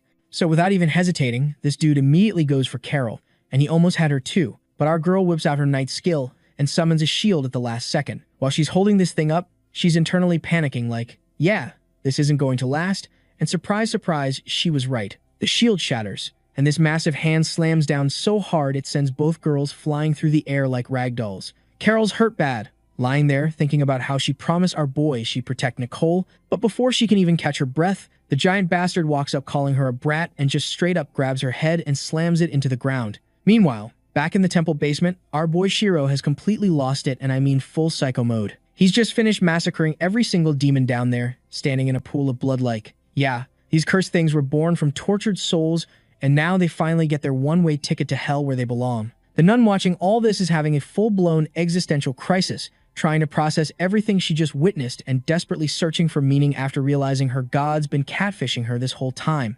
But Shiro cuts her soul-searching short, saying they need to bounce and get back to their crew upstairs. Just as he's about to leave, though, the blood on the ground starts moving like actually moving and shapes itself into Fang's form, saying he's got a question for our boy. This bloody projection greets him like, yo, Shiro, or should I say King of Knights Klein. Our boy's not having it and immediately chucks a dagger at his face, but it just goes straight through, splattering blood everywhere. So Shiro says, screw subtlety, and summons literal hellfire, unleashing it on this dude. Fang's just laughing like, as expected from the former King of Knights, no hesitation whatsoever. But here's the thing, no matter how hard you try, no matter how much you fight, this castle isn't changing. The great god Antinos is about to wake up. Shiro just turns around and heads for the exit because he doesn't have time to chat with a dying man's blood clone. As they're leaving, the nun turns to Shiro, telling him she saw everything with her own eyes but still can't wrap her head around it. Like, Antinos was the god they believed in, he gave them peace and happiness. She can't just turn her back on him. So Shiro's like, alright, let me show you who you've really been worshipping this whole time. Cut to the main temple, and there's a massive crowd gathered because the guards just found a dead worshipper inside. Everyone's losing it, saying whoever committed this sin is damned for life. That's when Shiro walks into the main hall in his red cloak. At first, the guards don't recognize him, but then one soldier clocks him and immediately assumes the dead guy was Shiro's doing. They surround him real quick, saying they won't let him pull this crap again. Some are even blaming him for all the disappearances in town. The crowd starts getting riled up too, wondering if he's the demon Fang warned them about. They start praying to Antinos to help them defeat this monster. Shiro looks up at the statue of this fake god, and it all comes flooding back, being wrongfully accused and burned alive while everyone screamed at him. He clenches his fist, absolutely furious that the truth is always outnumbered by lies. He scatters the guards like bowling pins, only the one standing farthest back manages to hold his ground. But our boy notices something off. He launches himself high into the air, heading straight for Antinos' smug statue head, thinking, time to show these people the truth. Shiro slams his fist into the statue with everything he's got, and it actually works. The whole thing starts crumbling. It crashes to the floor, kicking up massive clouds of dust. Once the dust settles, everyone sees this absolutely horrifying sight. The statue's filled with disgusting worms crawling everywhere. But the real kicker is the cocoon hidden in the statue's base. Mina, yeah, that's the nun's name, is in complete shock seeing this inside their god's statue.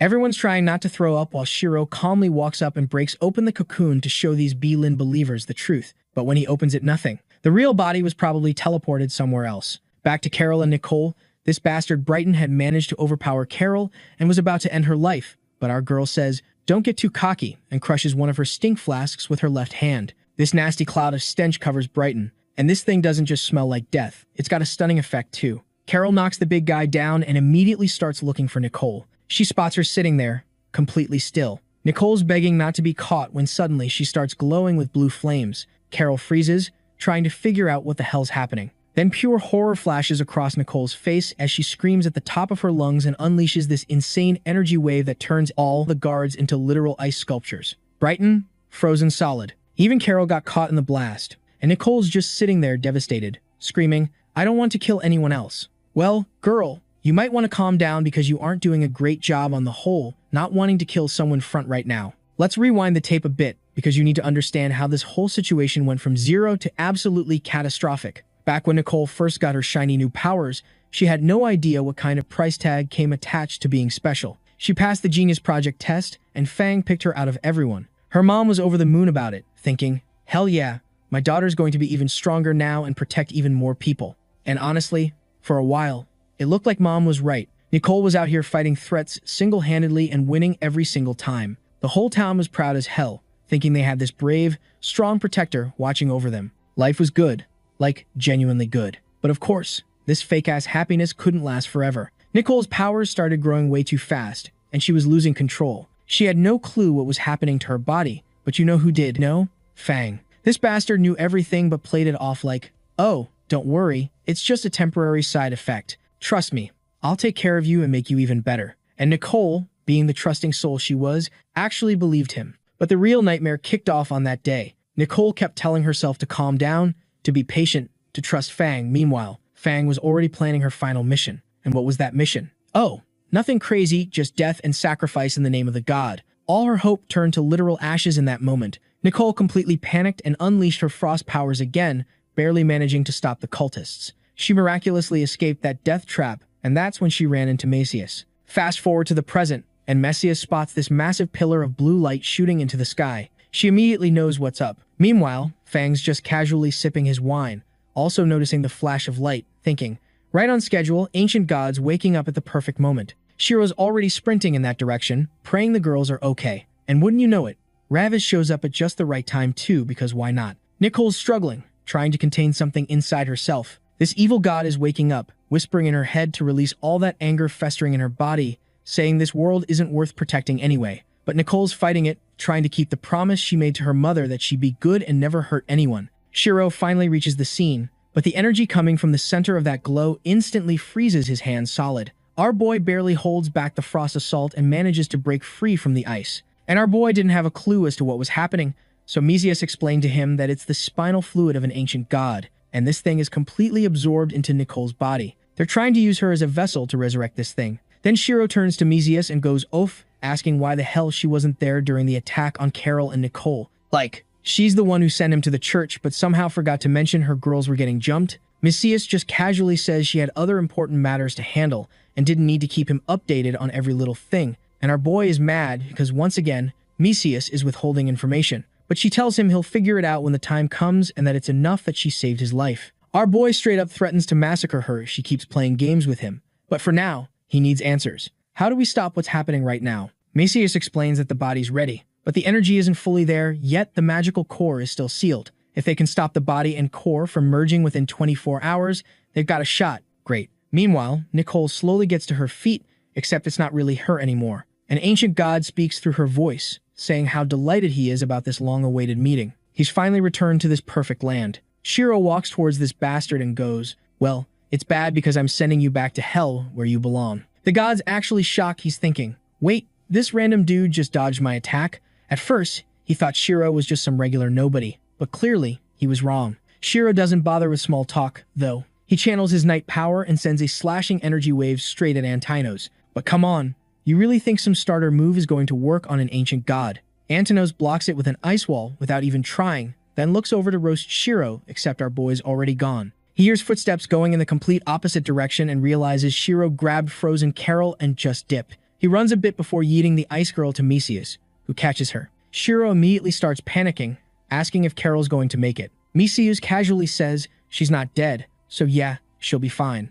Shiro's starting to question his choice of teammates, but at the very least, he asks her to please not let anyone die on his watch. She promises she's got his back, and with that, Mesias flies off with Carol. Shiro turns back to face Antinos, The gods are genuinely surprised our boy's thinking about others at a time like this, but Shiro just looks at him dead-ass serious and says he doesn't seem that strong. He's killed fallen gods like him before. Oh, that pisses Antino's off. His eyes turn blood red as he asks if Shiro really thinks he's as weak as Karsus. Just then, Brighton sees what's happening and decides to join the party as well. He breaks out of his ice prison and attacks Shiro, pinning him to the ground with his giant spirit form. Shiro's shocked, like, bro, what are you doing? But Brighton's too busy simping for the god, begging Antinos to hurry to Fang, who's been waiting forever for his resurrection. Antinos is just eating this up, saying he loves watching humans fight each other no matter how many times he sees it. The drama never gets old. Brighton's absolutely giddy that Antinos is back and has this insane level of faith in him. The god starts heading toward Fang,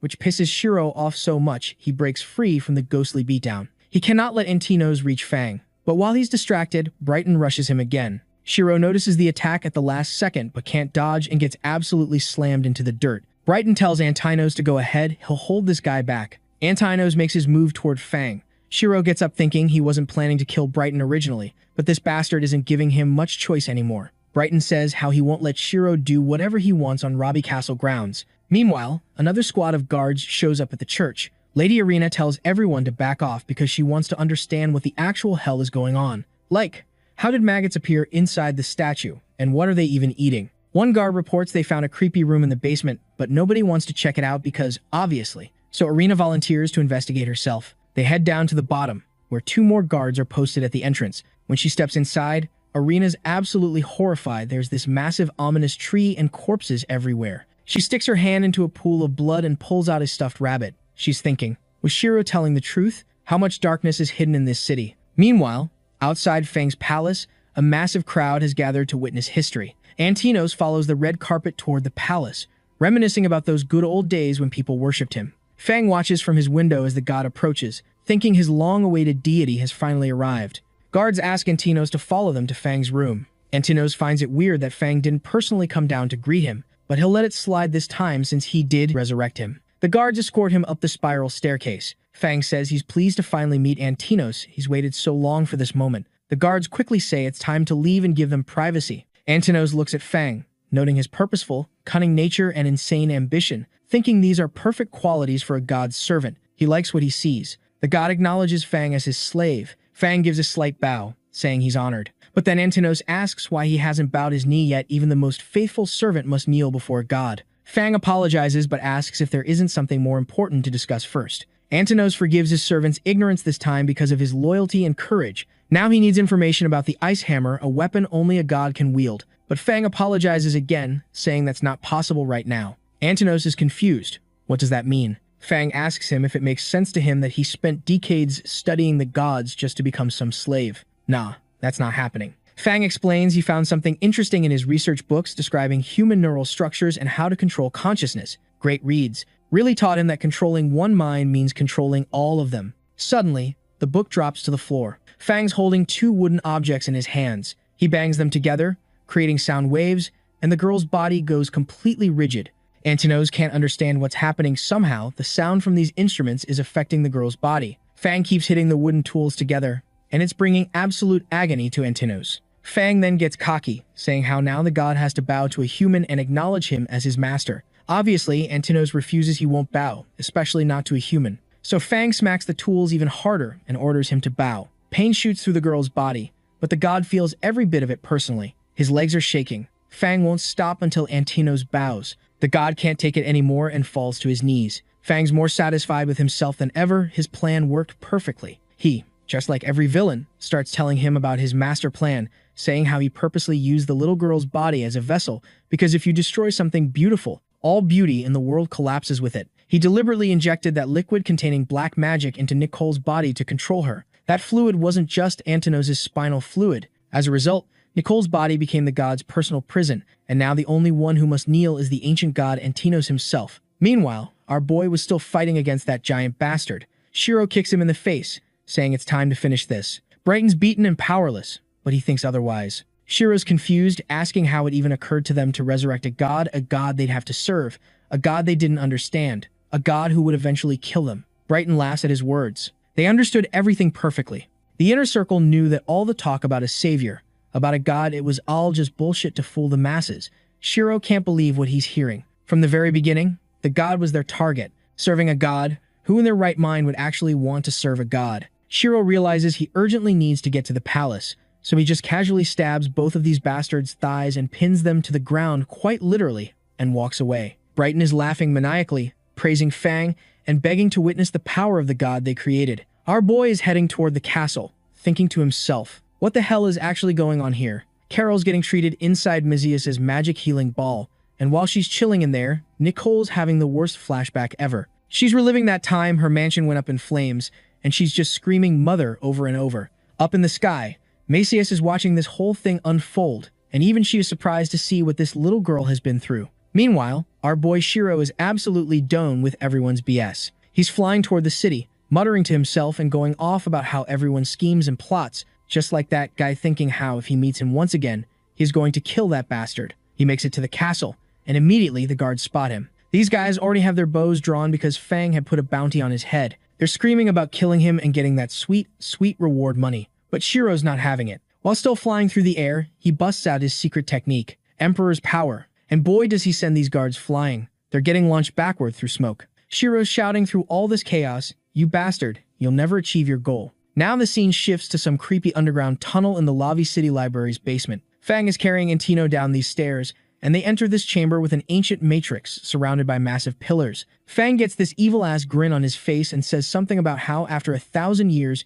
humanity finally figured out how to control the gods. Above these pillars are statues with divine heads, and little blue crystal orbs start flying out of their mouths. Antino's still passed out in Fang's arms, looking absolutely wrecked when Fang steps into the center of the matrix. He starts shouting, ordering the shards of the ice hammer to grant him supreme power. But just when Fang's about to complete his evil ritual, a voice calls out from outside the door. It's Arena, and she sounds peace-ed. She's already got her sword drawn, and she is demanding answers from this bastard. But Fang's genuinely surprised and asks her what she is doing here. Arena doesn't waste time with pleasantries. She straight up calls him out. "Lord Fang, I don't understand why you're doing this. You literally told us to be friends with justice and trust the gods unconditionally. But now you're out here doing this?" Fang tries to cut her off with his villain monologue, saying, "It's all over. The gods are about to resurrect, so we need power to stand against them."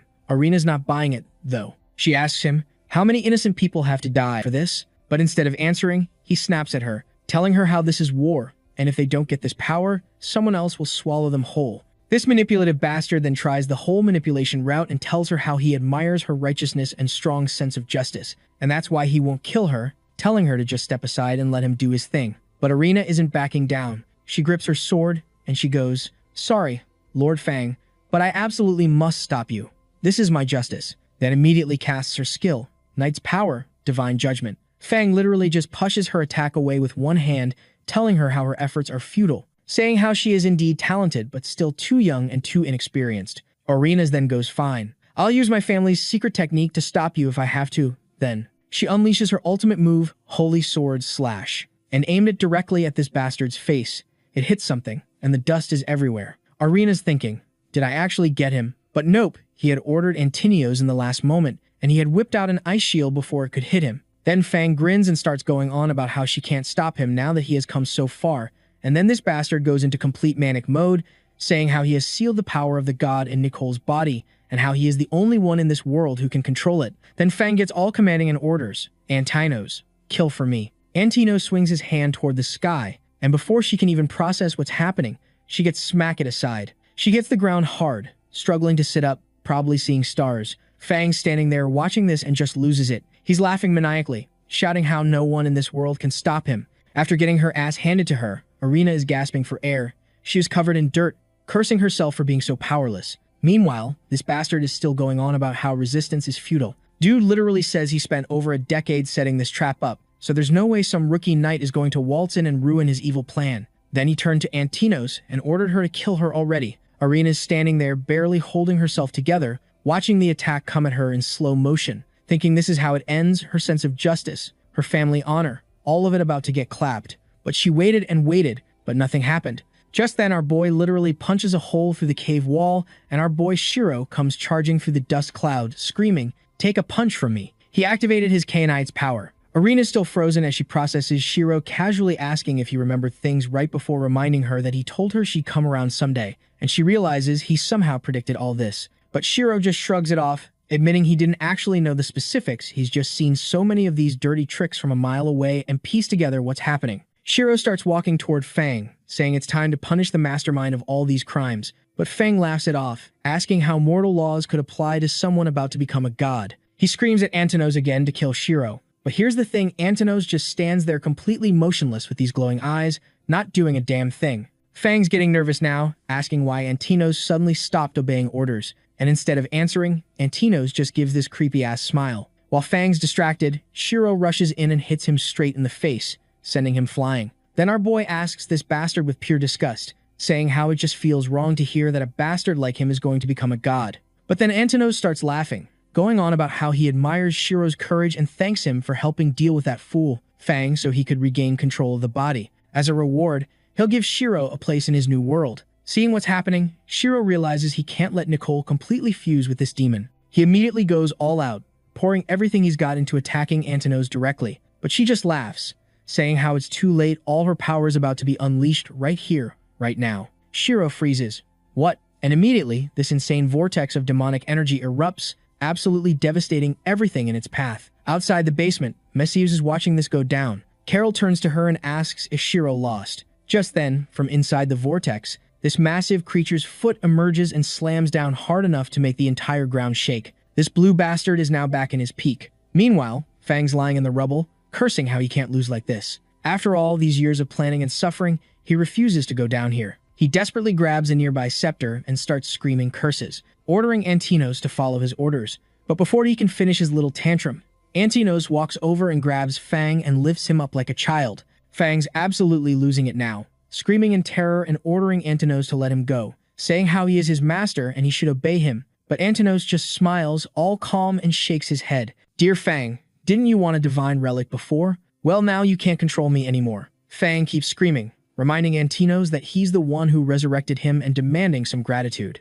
But the more Fang rants, the more entertained Antinos looks, and he goes, you know what? You're right about one thing you did to resurrect me. So in return, I'll reward you with death. In the next second, he erased this bastard's existence and then just casually tossed him aside like yesterday's trash. As his head is falling to the ground, he is having these flashbacks of his preaching about how only the Lord can save humanity, and as he was kicking the bucket, he thinks about how he was right at that time, as really only the God can save them. Meanwhile, Arena is stuck under this massive rock, struggling to get herself free, and she still can't believe all of this is happening while pushing with whatever strength she's got left. Then she hears footsteps coming her way. It's Shiro, showing up to pull her out of this disaster. The second he appears, Arena's stunned for a moment because she now just realizes that dude's actually kinda handsome. After he pushes the huge rock off her like it's nothing, Shiro jokes about how she is a lucky bastard to not be dead yet. Arena gets up and nervously points at the blue bastard and asks if that thing is really a god and if it has really come back to life. Shiro doesn't answer right away. He just stands there looking thoughtful.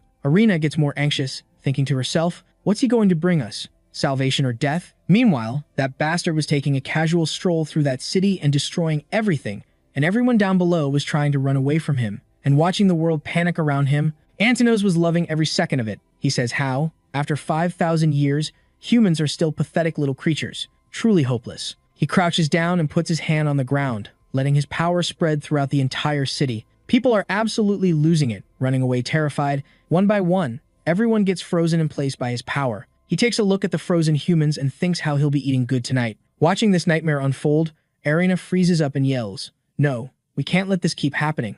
We have to stop him. She moves to charge in, but Shiro grabs her arm, stopping her. Arena's confused and asks him what he is doing. Our boy tells her not to be an idiot and asks her what exactly she is planning on doing in that busted state of hers. But Arena fires back, asking, then what do you suggest? Are we just going to stand here and watch? Suddenly, an idea hits Shiro. He tells her that he'll go deal with Antinos while she tracks down a woman named Messias, adding that she is the only one who knows how to handle this mess. Arena is caught off guard for a second and asks him why he is going to such lengths to save this place even when she is not even from Lavi Castle. Our boy gives her his usual response. Why else? It'll be fun. Besides, killing God is just a fun little side quest for me. Seeing him about to rush off, Arena told him to stop, as this is foolish. But as she shouts, she winces and grabs her stomach. Her wound was acting up again. Just then, a flash of light appears before her eyes. Messias shows up out of nowhere. Arena asks who she is. Messias introduces herself plainly as Shiro's companion and says she came because she's got something important to tell her. Meanwhile, Antinos is having the time of his life. Suddenly, his eyes narrow, like he's sensing something off. He pauses for a few seconds to get a better read on it, then smiles smugly. That's right. This is the joy of this world. After 5,000 years, I have finally returned. The second he finishes that sentence, our boy lands a punch on this bastard. Antinos does his usual asking, "Who dares to attack a god?" Shiro laughs and shoots back, "You idiot. It was me." So what? The moment Antinos sees him, he's grinding his teeth in rage and asks if our boy is still alive. Shiro's standing on top of the clock tower, nodding confidently as he says, "Like hell, I'll die before you." Hearing that cocky response, Antinos chuckles and says how he even spared him once. But if he wants to die that badly, he'll fulfill his wish then. He spits out this massive force blast towards Shiro, but our boy easily dodges it and decides to taunt this bastard. "You moron, I'm right here." Antinos closes his eyes and brushes it off. "Whatever. If you want to die that badly, I won't waste my time playing with you." At that moment, Shiro charges forward, thinking to himself, "Messias, you better have a solution. I don't want anyone else dying here." Meanwhile, Arena is still super suspicious of Messias. She even draws her blade, demanding to know who she is and why she should trust her. Messias stays calm as she walks closer, explaining how who she is doesn't really matter. What matters is who Arena is. She looks at the whole mess going down and points out the obvious. Shiro can't take down Antinos by himself. The dude needs Arena's help. Hearing this, Arena's completely caught off guard, asking what she could possibly do to help him. Messias explains that even gods have weaknesses, and this one's far from perfect. If they can find that weakness, they've actually got a shot at beating this thing. She steps closer and asks Arena if she knows what Nicole likes. Cut back to the battle, and our boy Shiro and that blue demon are going at it brutally. Antinos is still roasting Shiro, calling him a fool, and the dude is absolutely pissed. Dozens of ice pillars shoot up rapidly, forcing Shiro to dodge. Shiro's muttering under his breath about how annoying this is getting. Antinos has this smug smile plastered on his face. Next, he summons dozens of ice blocks to attack. Shiro, realizing he's in serious trouble, calls on his knight's power to form a shield and braces himself to tank the hits. Our boy's thinking about how bad this situation is. Antinos isn't giving him any chance to actually attack, and he can't exactly win a battle by just playing defense forever. Antinos laughs and mocks him, asking if Shiro really thought he could get out of this alive. Looking at this bastard, our boy's thinking how he's actually right and this can't keep going on like this, so he's going to have to take a huge gamble. Nearby, some passer dude is on his knees, shaking his head, thinking about how this can't be real. How could a god be like this? Fang had told him the god could save everyone, but this thing is the complete opposite. The second he finishes that thought, dozens of eggs come flying straight at his face. People grab sticks and start chasing him off, yelling about how they're the ones who caused all this and how they've been lying this whole time. The pastor's clutching his head, trying to defend himself, saying how he was deceived too. Right then, Arena shows up just in time. She rushes up to the pastor in a panic, grabs him by the collar, and demands he tell her where Nicole was being held. But this bastard starts crying, saying he can't do that. Fang trusted him with the secret, and he can't betray him. Hearing that nonsense, Arena straight up slaps him to knock some sense into his skull. But the pastor's still mumbling about how he needs to find Fang and explain everything. Arena, seeing he's still in complete denial, shouts at him that Fang is dead, killed by the very monster he created. She tells him Fang's been lying to everyone this whole time, and she needs information about this creature. Then she asks him again where Nicole's laboratory is. The dude's still trembling and crying, shaking his head, saying how it's impossible and Fang can't be dead. He was so smart, so kind. Seeing he's still being stubborn, Arena snaps. She goes off on him, saying she doesn't have time for this garbage. They've all been deceived, not just him, but her, and everyone in Lavi Castle. They need to fix these mistakes, as soon as possible. If he won't tell her, she'll cut him open until he does. After that threat, he finally caves. He hands Arena a key and explains how in the deepest part of cell number 101, there's a hidden door. If she opens it, she'll find exactly what she's looking for. She snatches the key and bolts, thinking about how Shiro needs to hold on just a little longer. On the other side, another wave of ice attacks comes crashing in. Shiro's got some serious plot armor working for him though, so he keeps dodging with ease. Antinos is surprised and asks if he's finally going to stop running, asking if he wants to meet death head-on instead.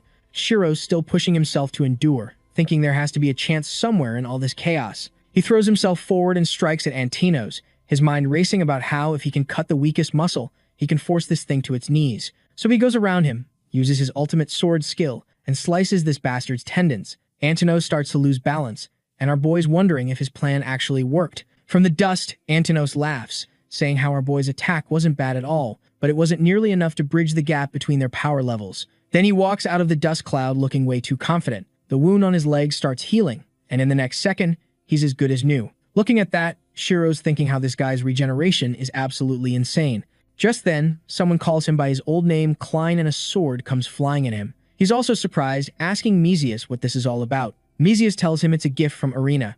Shiro's confused, asking what she means by that, and picks up the sword to examine it. Cut to a few moments before, when Arena had handed the sword to Mesias, explaining how she's heading to the laboratory where Nicole was being held, and she has no need for this sword for the moment. So she wanted Mesias to give it to Shiro. Mesias asked if she was serious this was a family heirloom, and Arena shouldn't hand it over to anyone under any condition. But Arena said the situation is dire, and she trusts Shiro with it. Then she glanced at Mesias, saying how at the moment it's useless to her anyway. Besides, she already lost the bet. Back in the present, Mesias is telling our boy how the sword works. He's supposed to put some of his blood on it, and the sword will respond to him. Shiro looks at the sword, thinking about using his blood, but just then Antonos starts walking toward him. The demon's going on about how no matter how many tricks Shiro pulls, he'll never be able to win against him. Then another one of his attacks comes flying. There's no time to waste, so Shiro makes a cut on himself with the sword. As soon as his blood touches it, the thing starts glowing all golden, and a crazy transformation happens.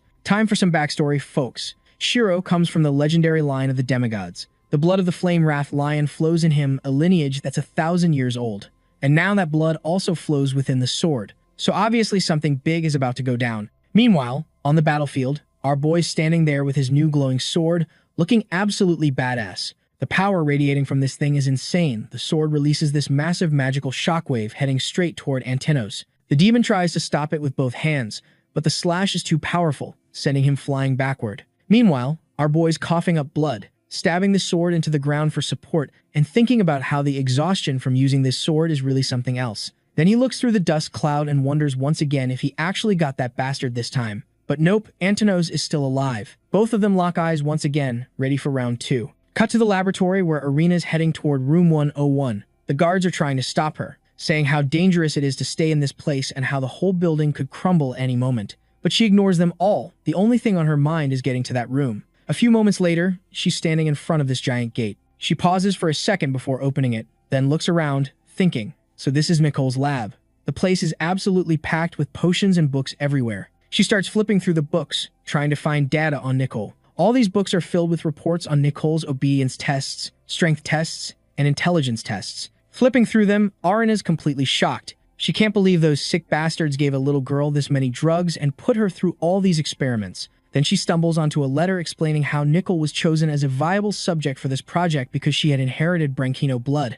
Arena's absolutely stunned, wondering if Nicole was actually from the Branquino family. After reading the letter, Arena can't believe it for a second. Nicole is actually from the Branquino family. Then she remembers her conversation with Fang, how he had told her the Branquino family was finished. She starts thinking back to the past, remembering when Fang had cornered her father, demanding he hand over his daughter with a promise that he'd spare the family and continue their alliance. Her father realized what Fang was really after the royal blood. He wanted to resurrect a legendary god with it. Fang smiled and said he was correct, then smugly reminded him how he had no choice but to join him or else. That's when Fang showed his true colors, telling her father how he really had no choice in the matter as his forces surrounded them. Her father had to either side with him or get crushed. But the old man didn't sell out his conscience completely and refused to hand over Arena, saying she was his only precious daughter and he'd never give her to anyone. This obviously pissed off that bastard Fang. But it turned out the old man was still a scumbag after all, because instead of handing over Arena, he promised Fang he'd give him his other daughter,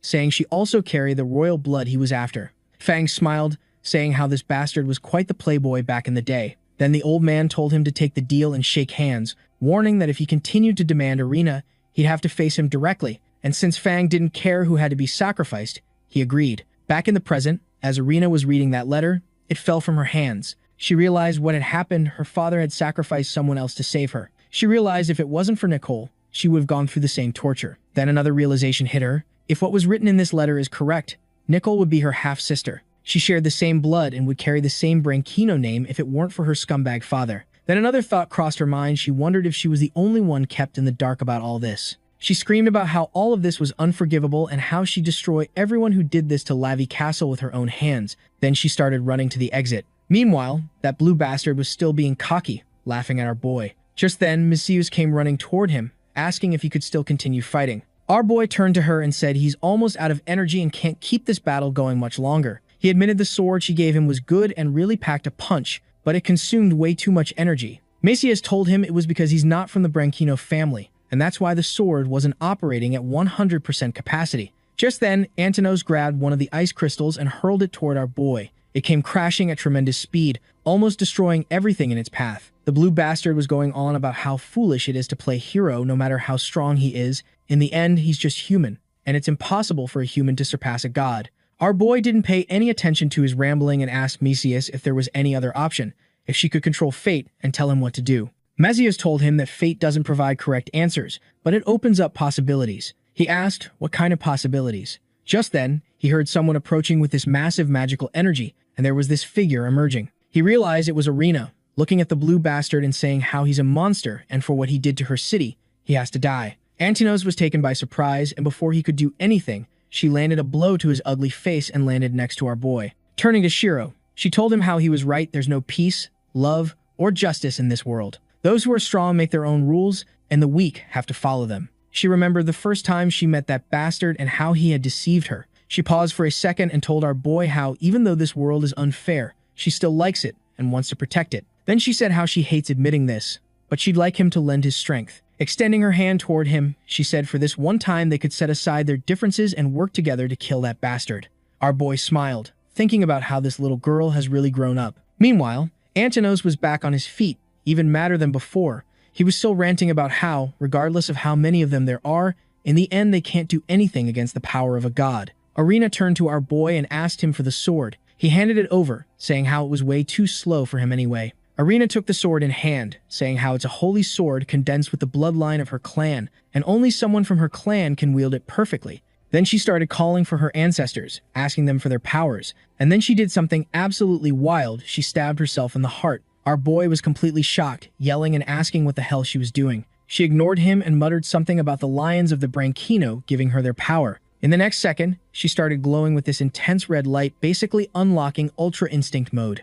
Meanwhile, Messias was explaining how this sword only reveals its true power when the true blood of the royal family is poured into it. Arena was all fired up now, her entire body flaring up in this red aura as she looked at the blue bastard. Then she announced how she's going to cut this giant thing into pieces and save Nickel from him, asking Shiro if he's going to join her. This damn idiot of ours is always ready for crazy stuff like this, so of course he said yes and asked what her plan was. Meanwhile, Antinos was still roasting them, calling them fools and asking if getting their asses kicked was fun or something. Fed up with our boy and his group, he punched the tower they were standing on. Arena jumped off, telling our boy to distract Antinos while she does her thing. Without wasting a single second, Shiro charged at Antinos with one of his ultimate skills, Demon Slash, and aimed for his neck. Just like before, it didn't do much damage, and Antinos didn't fail to remind him of that while being smug, of course, saying how it was all useless and how our boy was going to die. Then he sliced in front of him with his claws, sending a huge shockwave forward.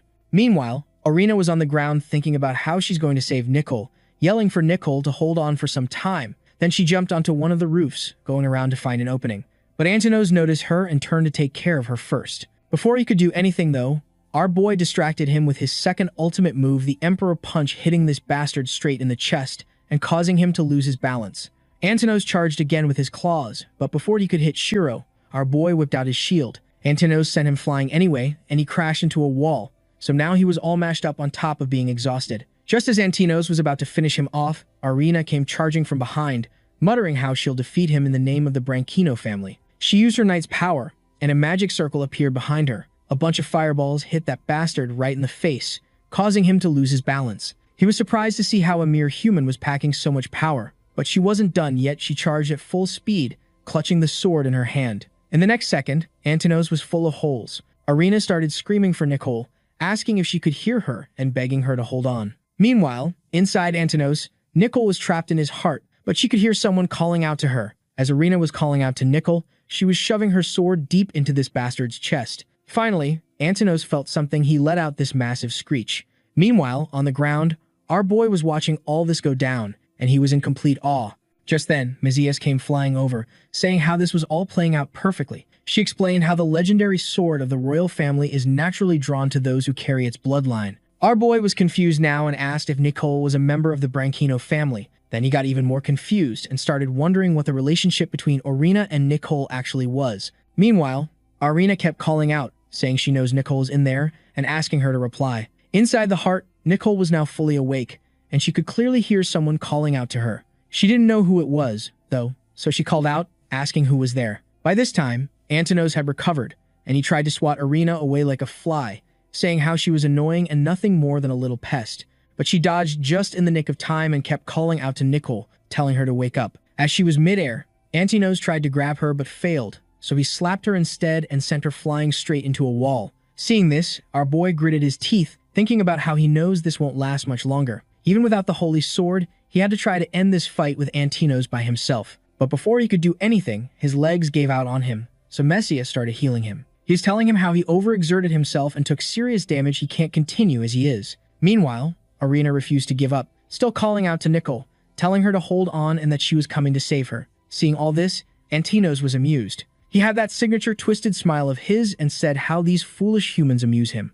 Then, to break Irina's spirit completely, he told her how she was the reason Nicole was in this state. She was Nicole's last hope, but she destroyed that hope. Then he started punching the ground over and over where Irina was, using his abilities to whip up those ice tornadoes like before. This time, Irina couldn't dodge them, and the tornado hit her straight on. This bastard kept going, asking Irina if she knew why Nicole put herself into deep sleep and why she accepted his soul. It was because she was angry at this world just like him. This world had betrayed her just like it betrayed him. Then he put his hands on the ground, a magic circle appeared, and he called forth the ice hammer. Folks, this fight just turned 10 times harder. This blue bastard now has a weapon of his own. Even our boy was surprised, wondering what the hell that thing was. Antinos swung his hammer, saying how, with this strike, he'd destroy the whole world. As the hammer hit the ground, it caused this massive shockwave. Just like he said, the earth started getting torn apart. The force behind the shockwave knocked everyone off their feet and sent Irina flying. Seeing all this destruction, this bastard was enjoying it and said how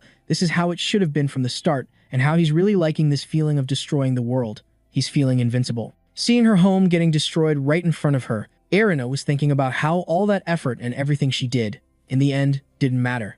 As she was about to give up, our boy swooped in and caught her in his arms, getting her away from the blast zone. After they reached a safe distance, he put her down. Though Irina was still not convinced, asking him how they can possibly stop Antinos now. He was plenty strong already, and now he has his ice hammer. They don't stand a chance. Our boy turned to her and told her to lend him her sword so he could wake Nicole up. Irina was surprised for a second and asked him if he really thinks he can do that. Our boy smiled and told her, of course he can, he's a hero, and that's what heroes do. He looked at the blue bastard and told Irina how he and Nicole are so similar. Both of them were betrayed by the world. Meanwhile, Messias was talking to our boy as she gathered all her power and poured all of her strength into him and told him not to mess this up because this is their last chance. Irina asked Shiro what his plan was and what he was going to do now. But our boy just smiled and said something cryptic, asking if she knew he actually died once and knows how truly cruel hell is. Irina looked at him, saying how, from the first moment they met, she knew who he was. Then she proceeded to call him out by his real name, Klein. Our boy was genuinely happy, turning to her and saying how he didn't think anyone would remember him after all these years. But now Irina had questions and started firing them at him one by one, asking what happened. Wasn't he executed by the queen? Klein smiled and told her how he came back from hell. Then he went on about how those who have seen hell understand the cruelty of the world. That's why he's going to kill that blue bastard. He activated his knight's power, and these fiery skulls appeared around him. He cast his spell, asking the souls of those with regrets from the underground to lend him their power. He started glowing all purple, and seeing this transformation, Irina was surprised because she knew what it was. Meanwhile, Messias looked at the transformation and muttered to herself how he's been slowly awakening ever since he was called back from hell. But much like every power-up, this one had its drawbacks too. In exchange for a power boost, his lifespan would shorten drastically. Messias asked him if he really intended to go this far. Meanwhile, Irina asked Klein why someone like him, the former Night King, ended up in this sorry state. Our boy just replied that this whole world is damned, that's why he'll rescue Nicole. But that wasn't the only reason he wanted to do it. He just wanted to slice Antinos into pieces. Antinos looked at our boy coming toward him and asked why he's still not giving up even after getting his ass handed to him. Why is he resisting over and over again? Even Klein had to admit this whole thing sounds messed up, betrayed and killed by the world, yet he's trying so hard to protect it. It does sound stupid. But then he remembered his conversation with Natsu back in that field, when she asked him if he had really made his decision and was willing to risk his life for the welfare of the people and the world. Then he muttered how she had poisoned him. As he got close, Antinos attacked Klein with his ice hammer. Our boy was busy with his revenge trip, saying how he won't die until he manages to kill the queen. Then he unleashed another one of his ultimate attacks and used it to block Antinos' strike. This surprised Antinos. He hadn't thought that was even possible. Klein kept charging at him, telling Antonios not to underestimate him. But this bastard was in no mood to listen and said how our boy just managed to do something slightly impressive, and now he's feeling cocky. This is funny because Antinos isn't even using his full strength yet. Our boy then started running at Antinos, heading straight for his head. Antinos continued rambling about how he doesn't know what our boy is planning to do, but it's useless. No matter what, he'll never be able to kill him. But then our boy called out to the spirits of the Branchino family members, asking them to lend him their strength. Just then, Arena's body started glowing all red, and the power from her was flowing toward Klein. She was surprised too, wondering how Klein was calling upon her power. Meanwhile, our boy was getting stronger and stronger, rushing straight at Antinos. Antinos had enough of this cat and mouse game and wanted to end it all, muttering how this is the end. Meanwhile, Klein used his Emperor/skill and sliced Antinos' hand clean off. But he didn't stop there. He pushed his sword straight inside Antinos' body, where Nicole was trapped. Inside, Nicole could clearly hear someone calling out to her continuously, saying how it must have been hard for her and telling her not to give up, that he can save her. The voice told her how those who had hurt her are now dead, and that he loves her, and that her sister loves her, convincing her not to give up. Hearing all that, Nicole was crying, saying how she can't get out because the world doesn't need her. As she was saying all of this, she was turning into ice. She continued, saying how she also doesn't want to hurt anyone if she stays locked away. No one will get hurt by her ice powers. By now, she was completely trapped in the ice,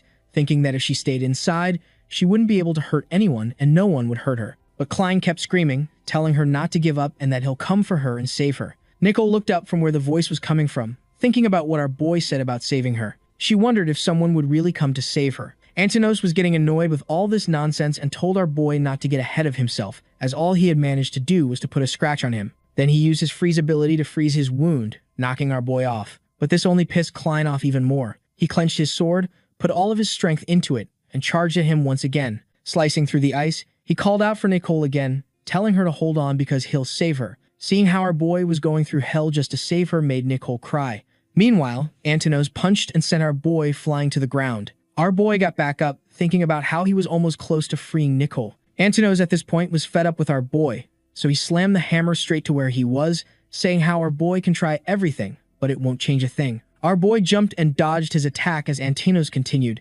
saying how no matter what Klein says, Nicole will never respond to him. The demon went on about how regardless of what he says, no words could bring her back. Then he continued with his monologue about how he's the only happiness for Nicole. While our boy continued to put up a fight, Arena was watching it all, thinking about how just a little more and victory will be theirs. Then she got up, saying how this is her home and she'll protect it with her life. She has nothing to be afraid of anymore. Klein charged at Antinos, exhausted and coughing blood, thinking about how this really was the end. But then he looked at the blue bastard, saying how he'll never understand. He continued, dropping his backstory about how he too was once betrayed by humans, but even after that, he found happiness in this world. Nicole could find happiness too if she wanted, and there are still people in this world who would love her. Inside the ice, Nicole was going through all of her good memories with Macias, Arena, Shiro, and Carol. She was thinking about the good times, thinking about her mom and that time when she told her that she had to find her own happiness in this world. Then she decided that she wouldn't give up, she wouldn't sit idly by and let Antinos live and consume everything.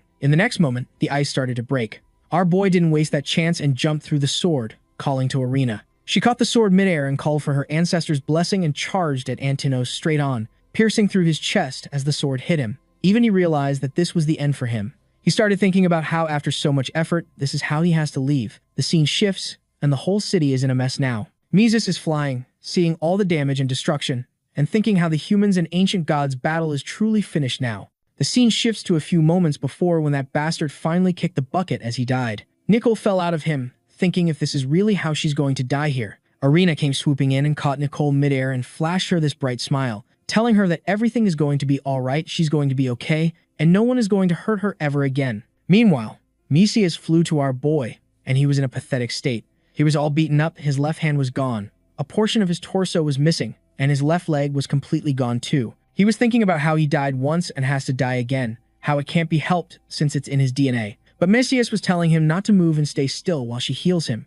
Her healing spell was really something else. As she cast it, his limbs started to regrow and the bleeding stopped. He was all battered up but was still in a mood for jokes, telling her that it would be alright if she decided not to heal him since he'll just go to hell and he already knows how to come back. Meanwhile, on the other side of the ruins, Carol had recovered. She was watching the whole fight from the sidelines, seeing Klein take on that bastard. She was all impressed, thinking how she couldn't believe Klein took down a monster that size on his own. Just then, a few chains shot towards her, binding her hands and legs. She turned her head, asking who it was, and saw Ravis standing there. He grabbed her by the face, saying how it's been a long time. On the other side, Arena had saved Nicole and landed on the ground. Right after landing, Arena was searching the area, wondering if that god was really dead. She was still not convinced that someone like that could die so easily. And what do you know, she was right. The ice that was falling from the sky started gathering at one place and forming his body. It started taking Antinos' shape again, and he mockingly told our boy in the group how he's not going to lose this battle. He extended his hand, and his ice hammer started forming around it. He looked at Shiro, saying how he too had crawled out of hell for this chance, so he isn't going to die that easily. As he was about to attack, chains shot through his body, piercing through his chest and constraining him. Meanwhile, Carol was sitting beside Ravis as he was doing his thing. She was all surprised and was in awe seeing him dominate a god like that. Then Antinos turned his head and asked Ravis how he could be alive for so long. It's been 5,000 years, and no human should be alive that long. But Ravis just laughed, telling Antinos how it's all over for him and how gods like him should just die and make way for a new era. Then he pulled his chains back with enough force that it shattered Antinos' whole body. Antinos was a smug bastard, even at the end, because as he was disintegrating, he laughed and asked Ravis if he really believes he'll be able to achieve his dream if he thinks that he's foolish because he can't. Just killing him, he won't be able to achieve his dream. No matter what he does, he'll never be able to kill the real gods. As the dust settled, our boy was all mad, because Ravis had once again stolen the spotlight. Meanwhile, Arena was sensing this strange pressure. She turned and saw Ravis standing there.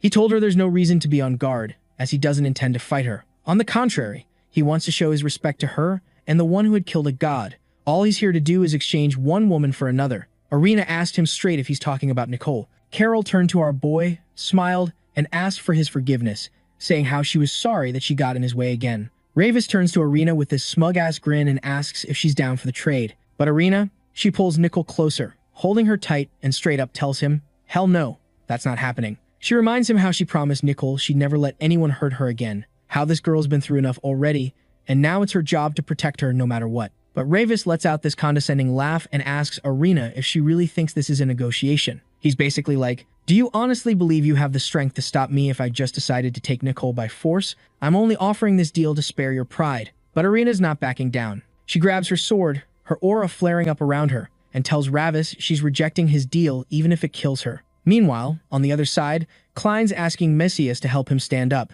Messias reminds him he's literally wounded to hell, but Klein's insistent, saying he has to do this because if he shows Ravis even a hint of weakness now, that bastard will exploit it forever. So Messias helps our stubborn hero get to his feet. Ravis sees the whole thing go down and asks Klein if he's seriously planning to stand against him with those injuries.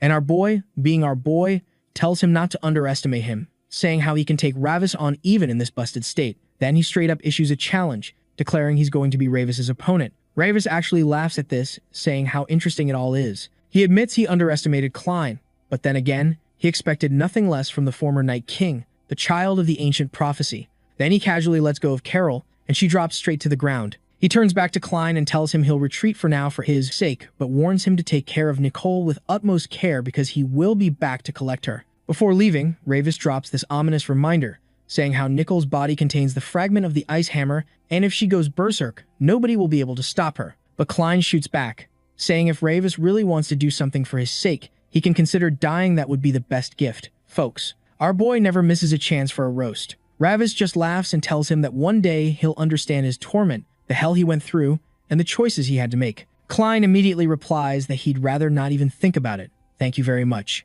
Ravis whips out a portal and says they'll meet again, hoping next time it'll be under more peaceful circumstances. And just like that, the bastard's gone. The second Ravis disappears, Klein drops to his knees in absolute agony, muttering how he really shouldn't have been that stubborn and pushed himself this hard. Man's paying the price for his heroics now. Arena turned to Messias quickly to ask if Ravis is really gone, and Carol came running toward Klein, freaking out about how scared she is. But when she actually gets a good look at how messed up Shiro is, she stops dead in her tracks. Our boy just gives her this reassuring smile and tells her not to worry, he's not dying that easily. At the same time, Nicole opens her eyes. Arena gently puts her down, and the first thing Nicole asks is if she really did it all. Did she really destroy the whole town and cause all this irreversible damage? You can hear the guilt and horror in her voice. Arena gives her a gentle head pat and tells her that's not true at all. She's the one who stopped everything. She's the savior of Lavi Castle. Nicole looks up at her all surprised, like she can't believe what she's hearing, asking if she's really the savior. Irina pulls her into this big, warm hug, thanking Nicole for her help, and just starts sobbing uncontrollably. Cut to 3 days later, and the city's already in full rebuilding mode. Carol walks through the door carrying this absolutely delicious-looking food, searching for her Oni-chan. Klein's last fight took a serious toll on him, and he still hasn't recovered, so Mesias is healing him. The process looks painful as hell, but when Carol walks in, Klein's face lights up. He thanks her for bringing such amazing food, telling her she's been a huge help. Carol puts the food down and tells him there's no need to be so formal with her, she'll bring delicious food like this every day for him. Then she starts feeding him and even offers a bite to Mesias, but Mesias declines, saying she already ate. Carol shrugs, saying how it's really delicious food and she brought plenty, so she'll just eat Mesias' share instead. She starts munching away, and Klein gets up, warning her to slow down, or she'll get a stomachache. Mesias just smiles, saying how nice it is to see youth enjoying themselves. Now that the small talk's done, Klein asks Mesias where Irina is. Carol chimes in and tells him she went to the graveyard, saying how she had to honor her ancestors or something. Meanwhile, at the Branquino family graveyard, Auron is standing at her father's grave.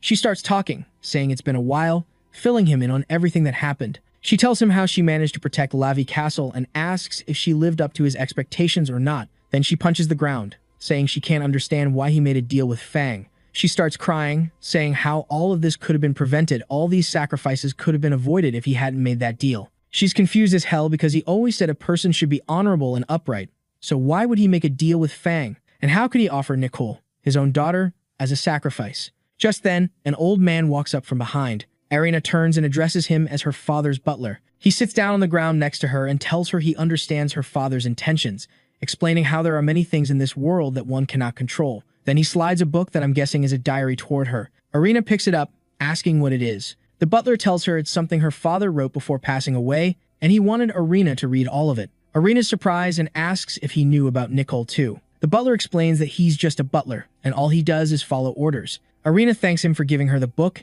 and tells him she'll read through it later. Before she leaves, the butler tells her to believe in her father, saying how her father loved her more than anyone in this world, and tells her not to hate him. Irina starts walking away and tells him she wants to believe that, but she'll make up her mind after reading everything in this book. As she's leaving, she's thinking to herself, why didn't her father tell her anything? Why did he keep everything hidden from her? Meanwhile, back where Klein is, Carol's still busy inhaling the food while Mesias reads a book. Klein asks how much longer it'll take for him to heal. Without even looking up, Mesias tells him at the rate he's healing, it'll take about 2 days for him to be back to normal. And folks, given this idiot's injuries, 2 days is nothing short of a miracle. But Klein's worried he'll die from boredom in those 2 days.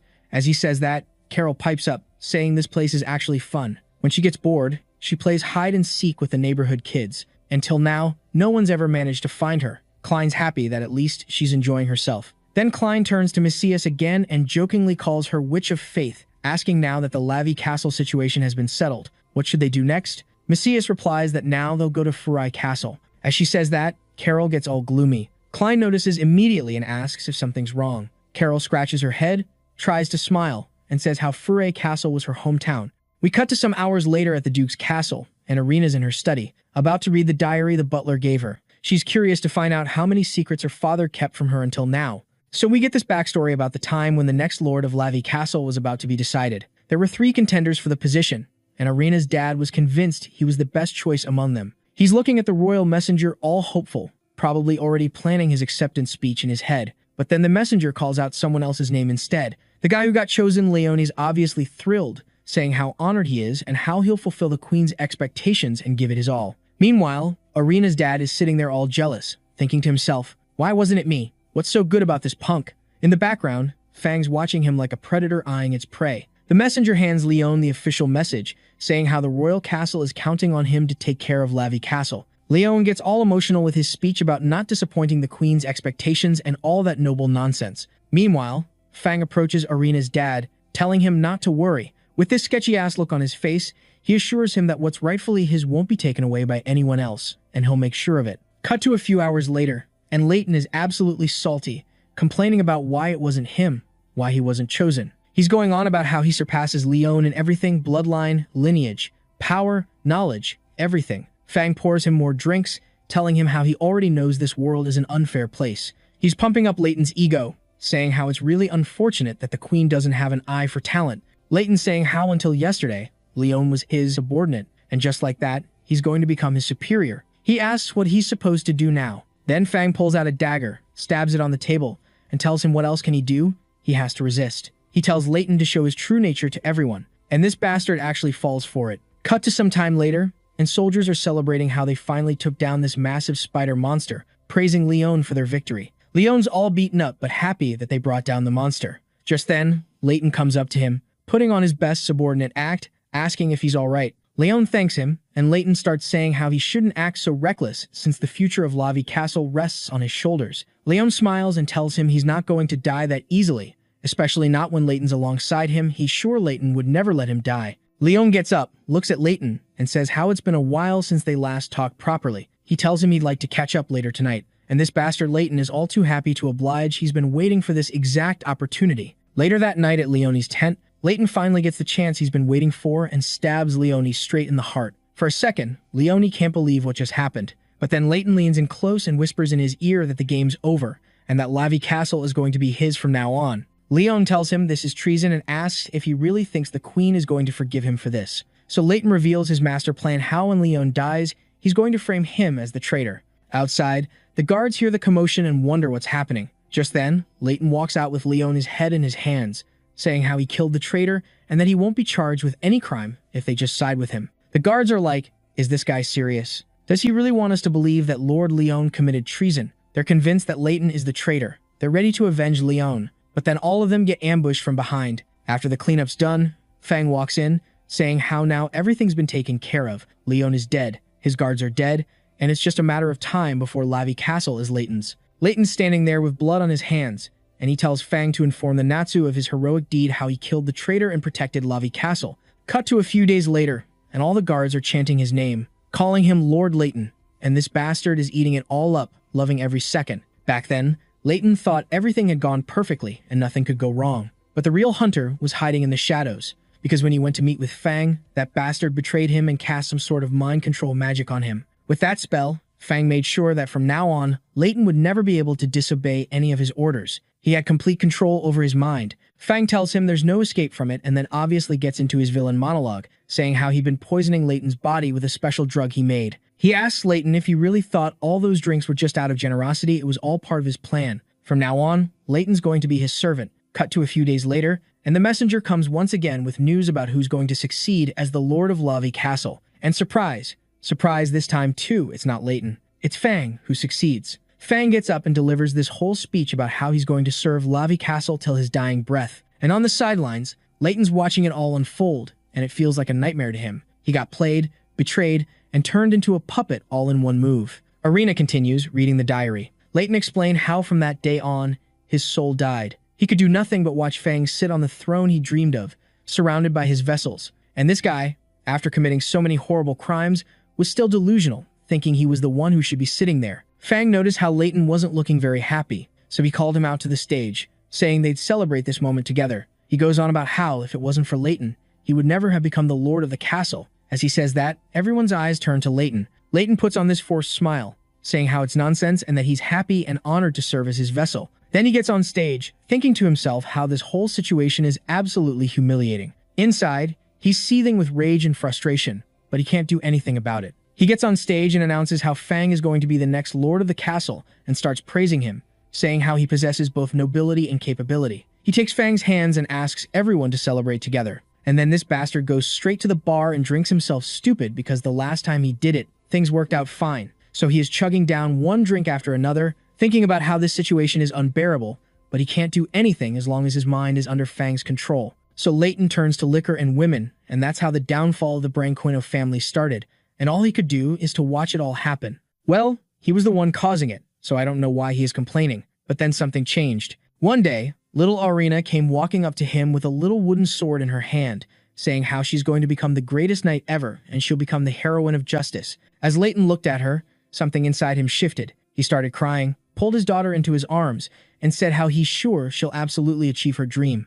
Little Arena was so happy seeing her dad being supportive of her dream. From that day onward, Leighton changed his attitude and started currying favor with Fang. He did everything to make sure little Arena wouldn't catch Fang's eye and to lower his suspicions. He thought about his daughter and told himself how she's the last hope the Branquino family has, and that's why he's going to protect her with everything he can, regardless of what price he has to pay. Back to the present, Irina closes the diary and starts crying, realizing everything her father did was for her sake. She wanted to blame her father for everything, but now she knows whatever he did was to protect her. She realizes that even though he was a scumbag in many ways, she can't bring herself to hate him. Cut to the morning, Irina wakes up, and someone informs her that Shiro and his group have come. Irina's confused because she thought Klein was still injured, so she wonders why he's here. But regardless, she starts heading to the throne room. Outside the door walks Carol with her usual cheerful attitude, wishing Irina good morning. Irina puts on her smile and asks Klein what he's doing here, asking if his wounds have healed. Klein tells her how he's far from being at complete health, but that doesn't matter. They've come here to inform her that it's time for them to go. Irina tells him he can't just go like that. She's planned a big party and wanted to honor him for his achievements, but Klein says there's no need for that and tells her Natsu's men will be arriving soon. He adds that if they ask about him, she can just say she doesn't know anything. Irina can see she can't change his mind, so she tells him to at least stay for lunch. This is her final request. She says how the Branchino family always pays its debts. Carol's like, come on, big bro, at least we can stay for lunch. And Irina insists too, so Klein finally gives in, saying he'll accept her invitation as a gesture of respect toward the Holy Night. Meanwhile, Mesias is sitting on top of some mountain doing her Witch of Faith thing when she sees Natsu's men approaching, and leading them is the same eye patch dude from the first chapter who betrayed Klein. He's thinking about how Klein crawled back from hell, and if that's the case, he's here to send him right back there. Back at the castle, the party's still going strong. Irina's making her rounds serving food and drinks when she stops by Klein, asking if our boy needs anything else. Klein waves her off, saying he's had enough for today. If he drinks any more, he won't be able to leave tomorrow. Irina insists that he drink some more, saying, the night is still young though. But Klein's trying to be responsible for once, insisting he's already hit his limit. That's when Carol starts roasting him, calling him weak with alcohol. Just then, one of Irina's knights bursts in looking stressed as hell, apologizing for interrupting but saying there's a problem. Irina's like, what's so important that you're crashing my party? The knight drops the bomb. The queen's men are here, and apparently some guy named Mansu has shown up to investigate their situation. Irina's smile drops instantly. What did you just say? Cut to outside the castle, where Mansu's sitting on his horse, looking all intimidating and official. Irina's butler comes out to greet them, trying to be all polite like, we're so glad you're here. But Mansu's not here for pleasantries. He gets off his horse, walks straight up to the butler, and asks him if he is one of Irina's subordinates. Before the butler can even respond, Mansu goes straight for the throat. Is Klein really here? The butler straight up told him that there's no one by that name here. He explains that the only person staying at the castle right now is some wandering hero named Shiro who saved the castle, and that's why everyone's grateful to him. But Mansu's not buying it for a second. He lets the butler go and orders his men to hurry up and search every corner of the castle, saying today's the day they catch the traitor Klein. Back inside, our boy gets word that Mansu's here, and he just smiles to himself thinking, so that one-eyed bastard really showed up? Huh. Irina walks over and asks what happened. How does a former knight captain end up being treated like a traitor? She wants to know if something went down between him and the queen. Klein tells her straight up that he can't answer that question right now. All she needs to know is that he was betrayed, and he'll tell her the full story after he kills the queen. Irina's eyes go wide. Wait, what happened between you two? Weren't you lovers once? Klein puts on his mask and goes silent for a second before saying, yeah, they were once. But after that incident, he doesn't have a single ounce of love left for her. With that, he starts heading out. Irina wishes him good luck and says she'll handle Mansu. Meanwhile, Nicole's chilling in her room, reading a book when Messias shows up. Nicole's face lights up immediately. She runs over all excited, saying how happy she is to see her and how grateful she is that Messias saved her life. Messias pats her head all gentle-like, telling her she wasn't the only one who saved her. Everyone loves Nicole and wanted desperately to protect her. Then Messias asked her if she wanted to come travel with them. Nicole's caught off guard, and that's when Messias decides to flex a little. She starts floating in the air while Nicole holds on to her. Messias explains that the journey ahead is going to be dangerous, but she can promise they'll definitely protect her. She gets more serious, saying the fragment of the ice hammer inside Nicole's body is very dangerous, and that's why she needs their protection. Nicole's torn. She says she wants to stay with her big sister Irina, but she also understands that in her current condition, she'll just cause more trouble. Seeing her hesitation, Messias asks again, making it clear that Nicole's free to make her own choice. If she wants to come, she can, and if she wants to stay, that's fine too. Nicole thinks back to all the good memories she's had with the group and finally decides she's going on this journey with them. Messias is genuinely happy with her answer, pats her head one more time, and they take off flying together. Back outside, Mansu's riding toward the castle when he sees all the destruction around town. He stops people on the street, asking where the lord of the castle is, what he's been doing, and how the hell he let the town get destroyed like this. By the time he reaches the castle, he's pissed. He kicks the door open, demanding to know where the Lord is. Inside, Irina's just casually sipping on tea like nothing's wrong. She turns to him, all calm and collected, saying, "It's been a long time since we last met." She explains that she's been appointed as acting Lord of Lavi Castle by recommendation of the people, so she's been busy with her duties and couldn't come greet him properly. But Mansu's not here for small talk. He draws his sword and puts it right in Irina's neck, demanding to know what happened to Fang and why she's the acting Lord now. Irina just keeps sipping her tea and casually informs him how Fang betrayed the Lavi Castle and died. But Mansu didn't care about that and went straight to his real question and asked him, "Where's Klein?" Irina puts on her best innocent face and asks, "Klein? Who's Klein?" She says she doesn't know anyone by that name. But this bastard keeps pressing, saying he knows Klein was here and asking if she's trying to save him. He reminds her that protecting Klein would be treason, thinking that'll scare her into compliance. But nah. Irina just keeps casually sipping her tea like this dude isn't even worth acknowledging, then hits him with, "Only cowards would be scared by threats like that." That pisses Mansu off enough to actually attack her. But before he can even swing, Irina's already drawn her sword and has it pressed against his neck. The man didn't even see her move. She leans in and reminds him real slow, "You're in Lavi Castle. This is my home, my territory. You should know your place." Then she goes even harder, saying she's seen far worse than him, so much worse that even gods can't threaten her anymore. This bastard finally realizes he's completely outclassed. Irina continues, saying she didn't want to resort to this, but they left her no choice. She lowers her sword and gives him an option. She has no desire to fight him because her only concern is protecting Lavi Castle. So she won't stop him if he wants to go chase Klein. That's the only thing she's willing to offer. But of course, the second she pulls her sword back, this idiot gets cocky again. As he's leaving, he starts threatening her, saying she shouldn't feel so confident just because she became Lord of the Castle and that she'll regret this later. Irina just goes back to sipping her tea, not giving a single damn. She thinks to herself how this is as much as she can do for our boy and the group from here on out. He's got to handle things himself. Meanwhile, outside Lavi Castle, Klein and Carol are waiting for Messias. Carol's getting bored as hell and asks when Messias will be back since it's already nighttime. Klein tells her to just be patient, but by then Carol started inhaling food, saying if Messias doesn't hurry up, she'll eat everything. A few moments later, Messias finally walks in, apologizing for being late. And she's not alone. Nicole's with her, peeking out from behind Messias all shy. Our boy is surprised as hell and immediately asks Messias why she brought Nicole. Meanwhile, Carol's excited to see her little friend. Nicole introduces herself, saying if she's bothering anyone, she'll go back. But Carol's having none of that. She scoops Nicole up in her arms, lifts her into the air, calls her a cute doll, and says she's way too adorable to ever be a bother. On the other hand, Klein's still questioning Messias,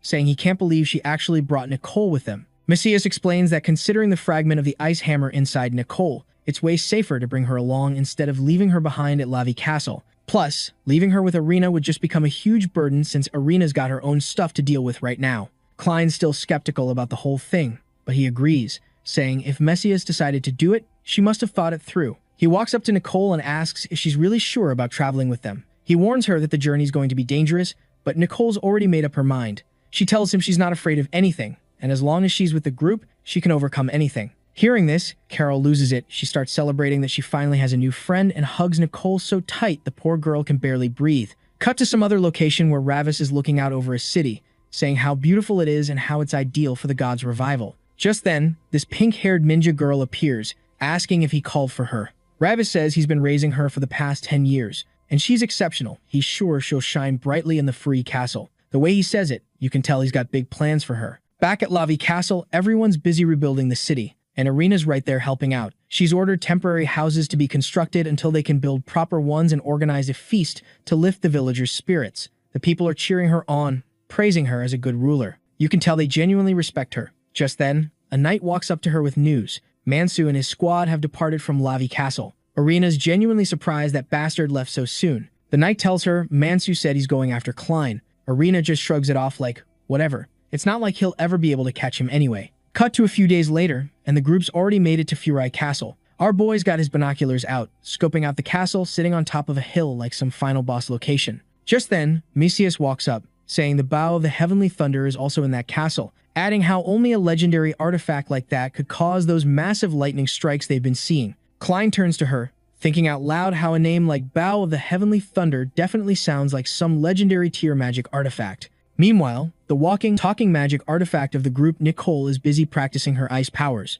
Carol walks up all excited, watching her like a proud big sister. saying how amazing Nicole is. Nicole gets all shy from the praise, saying it's not remotely that amazing. But Carol, being Carol, just scoops Nicole up in her arms, lifts her into the air, and starts gushing about how her little sister is the most amazing thing ever. Klein looks over at Nicole and comments on how she seems to be recovering well. Seeing her practice magic like that, Nicole's literally begging Carol to put her down, but Carol's not listening. The second she finally does, Nicole runs straight to Klein, complaining about how Carol keeps teasing her. Klein pats her head, telling her she's a good girl. Seeing this, Carol starts pouting, saying it's not fair that Nicole always runs to Shiro to complain about her. Then Klein turns to Carol and asks hadn't she told him she was from Furai Castle. He wants to know if she can tell him anything about the place. Carol scratches her head, trying to dodge the question, saying she doesn't have very good memories of staying there. And the way she said it, you can tell there's some heavy baggage attached to that place. Cut to the palace basement of Furai Castle, where this blonde dude is kneeling in front of a goddess statue,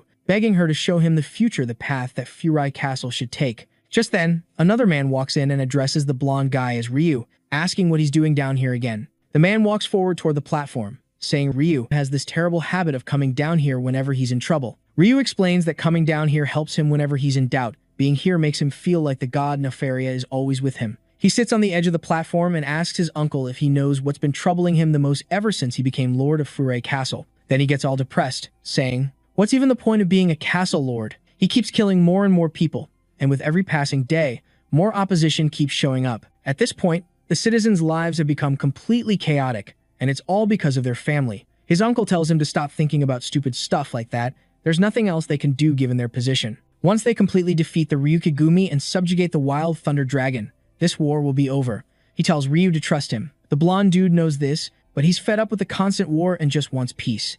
Back to our heroes, Carol's finally filling Klein in on everything about Furai Castle. After hearing the whole story, he's able to grasp that there's an organization called Ryukigumi that's always been opposed to the Castle Lord's methods. Carol tells him it's not just one faction either, there are other families and factions that secretly oppose her Brownvi family. She gets all gloomy, saying how the constant conflict and fighting makes her sad, and she's frustrated about the fact that she can't do anything about it. Klein is caught off guard and asks what she means by her family. Carol realizes she unintentionally let that slip and tries to play it cool, saying it was just a slip of the tongue and she has nothing to do with that crappy family they just talked about. But Klein's not buying it. He's giving her that look that says, "I know you're lying." Just then, a wild Mesias appears, and Nicole immediately hugs her tight, clinging to her like a koala who just found its favorite tree after being separated for hours. She tells Mesias how much she missed her. Mesias gives her a head pat, saying she missed her too. Klein asks where she's been, but instead of answering, Mesias asks if he wants to go somewhere, adding that something fun is going to happen.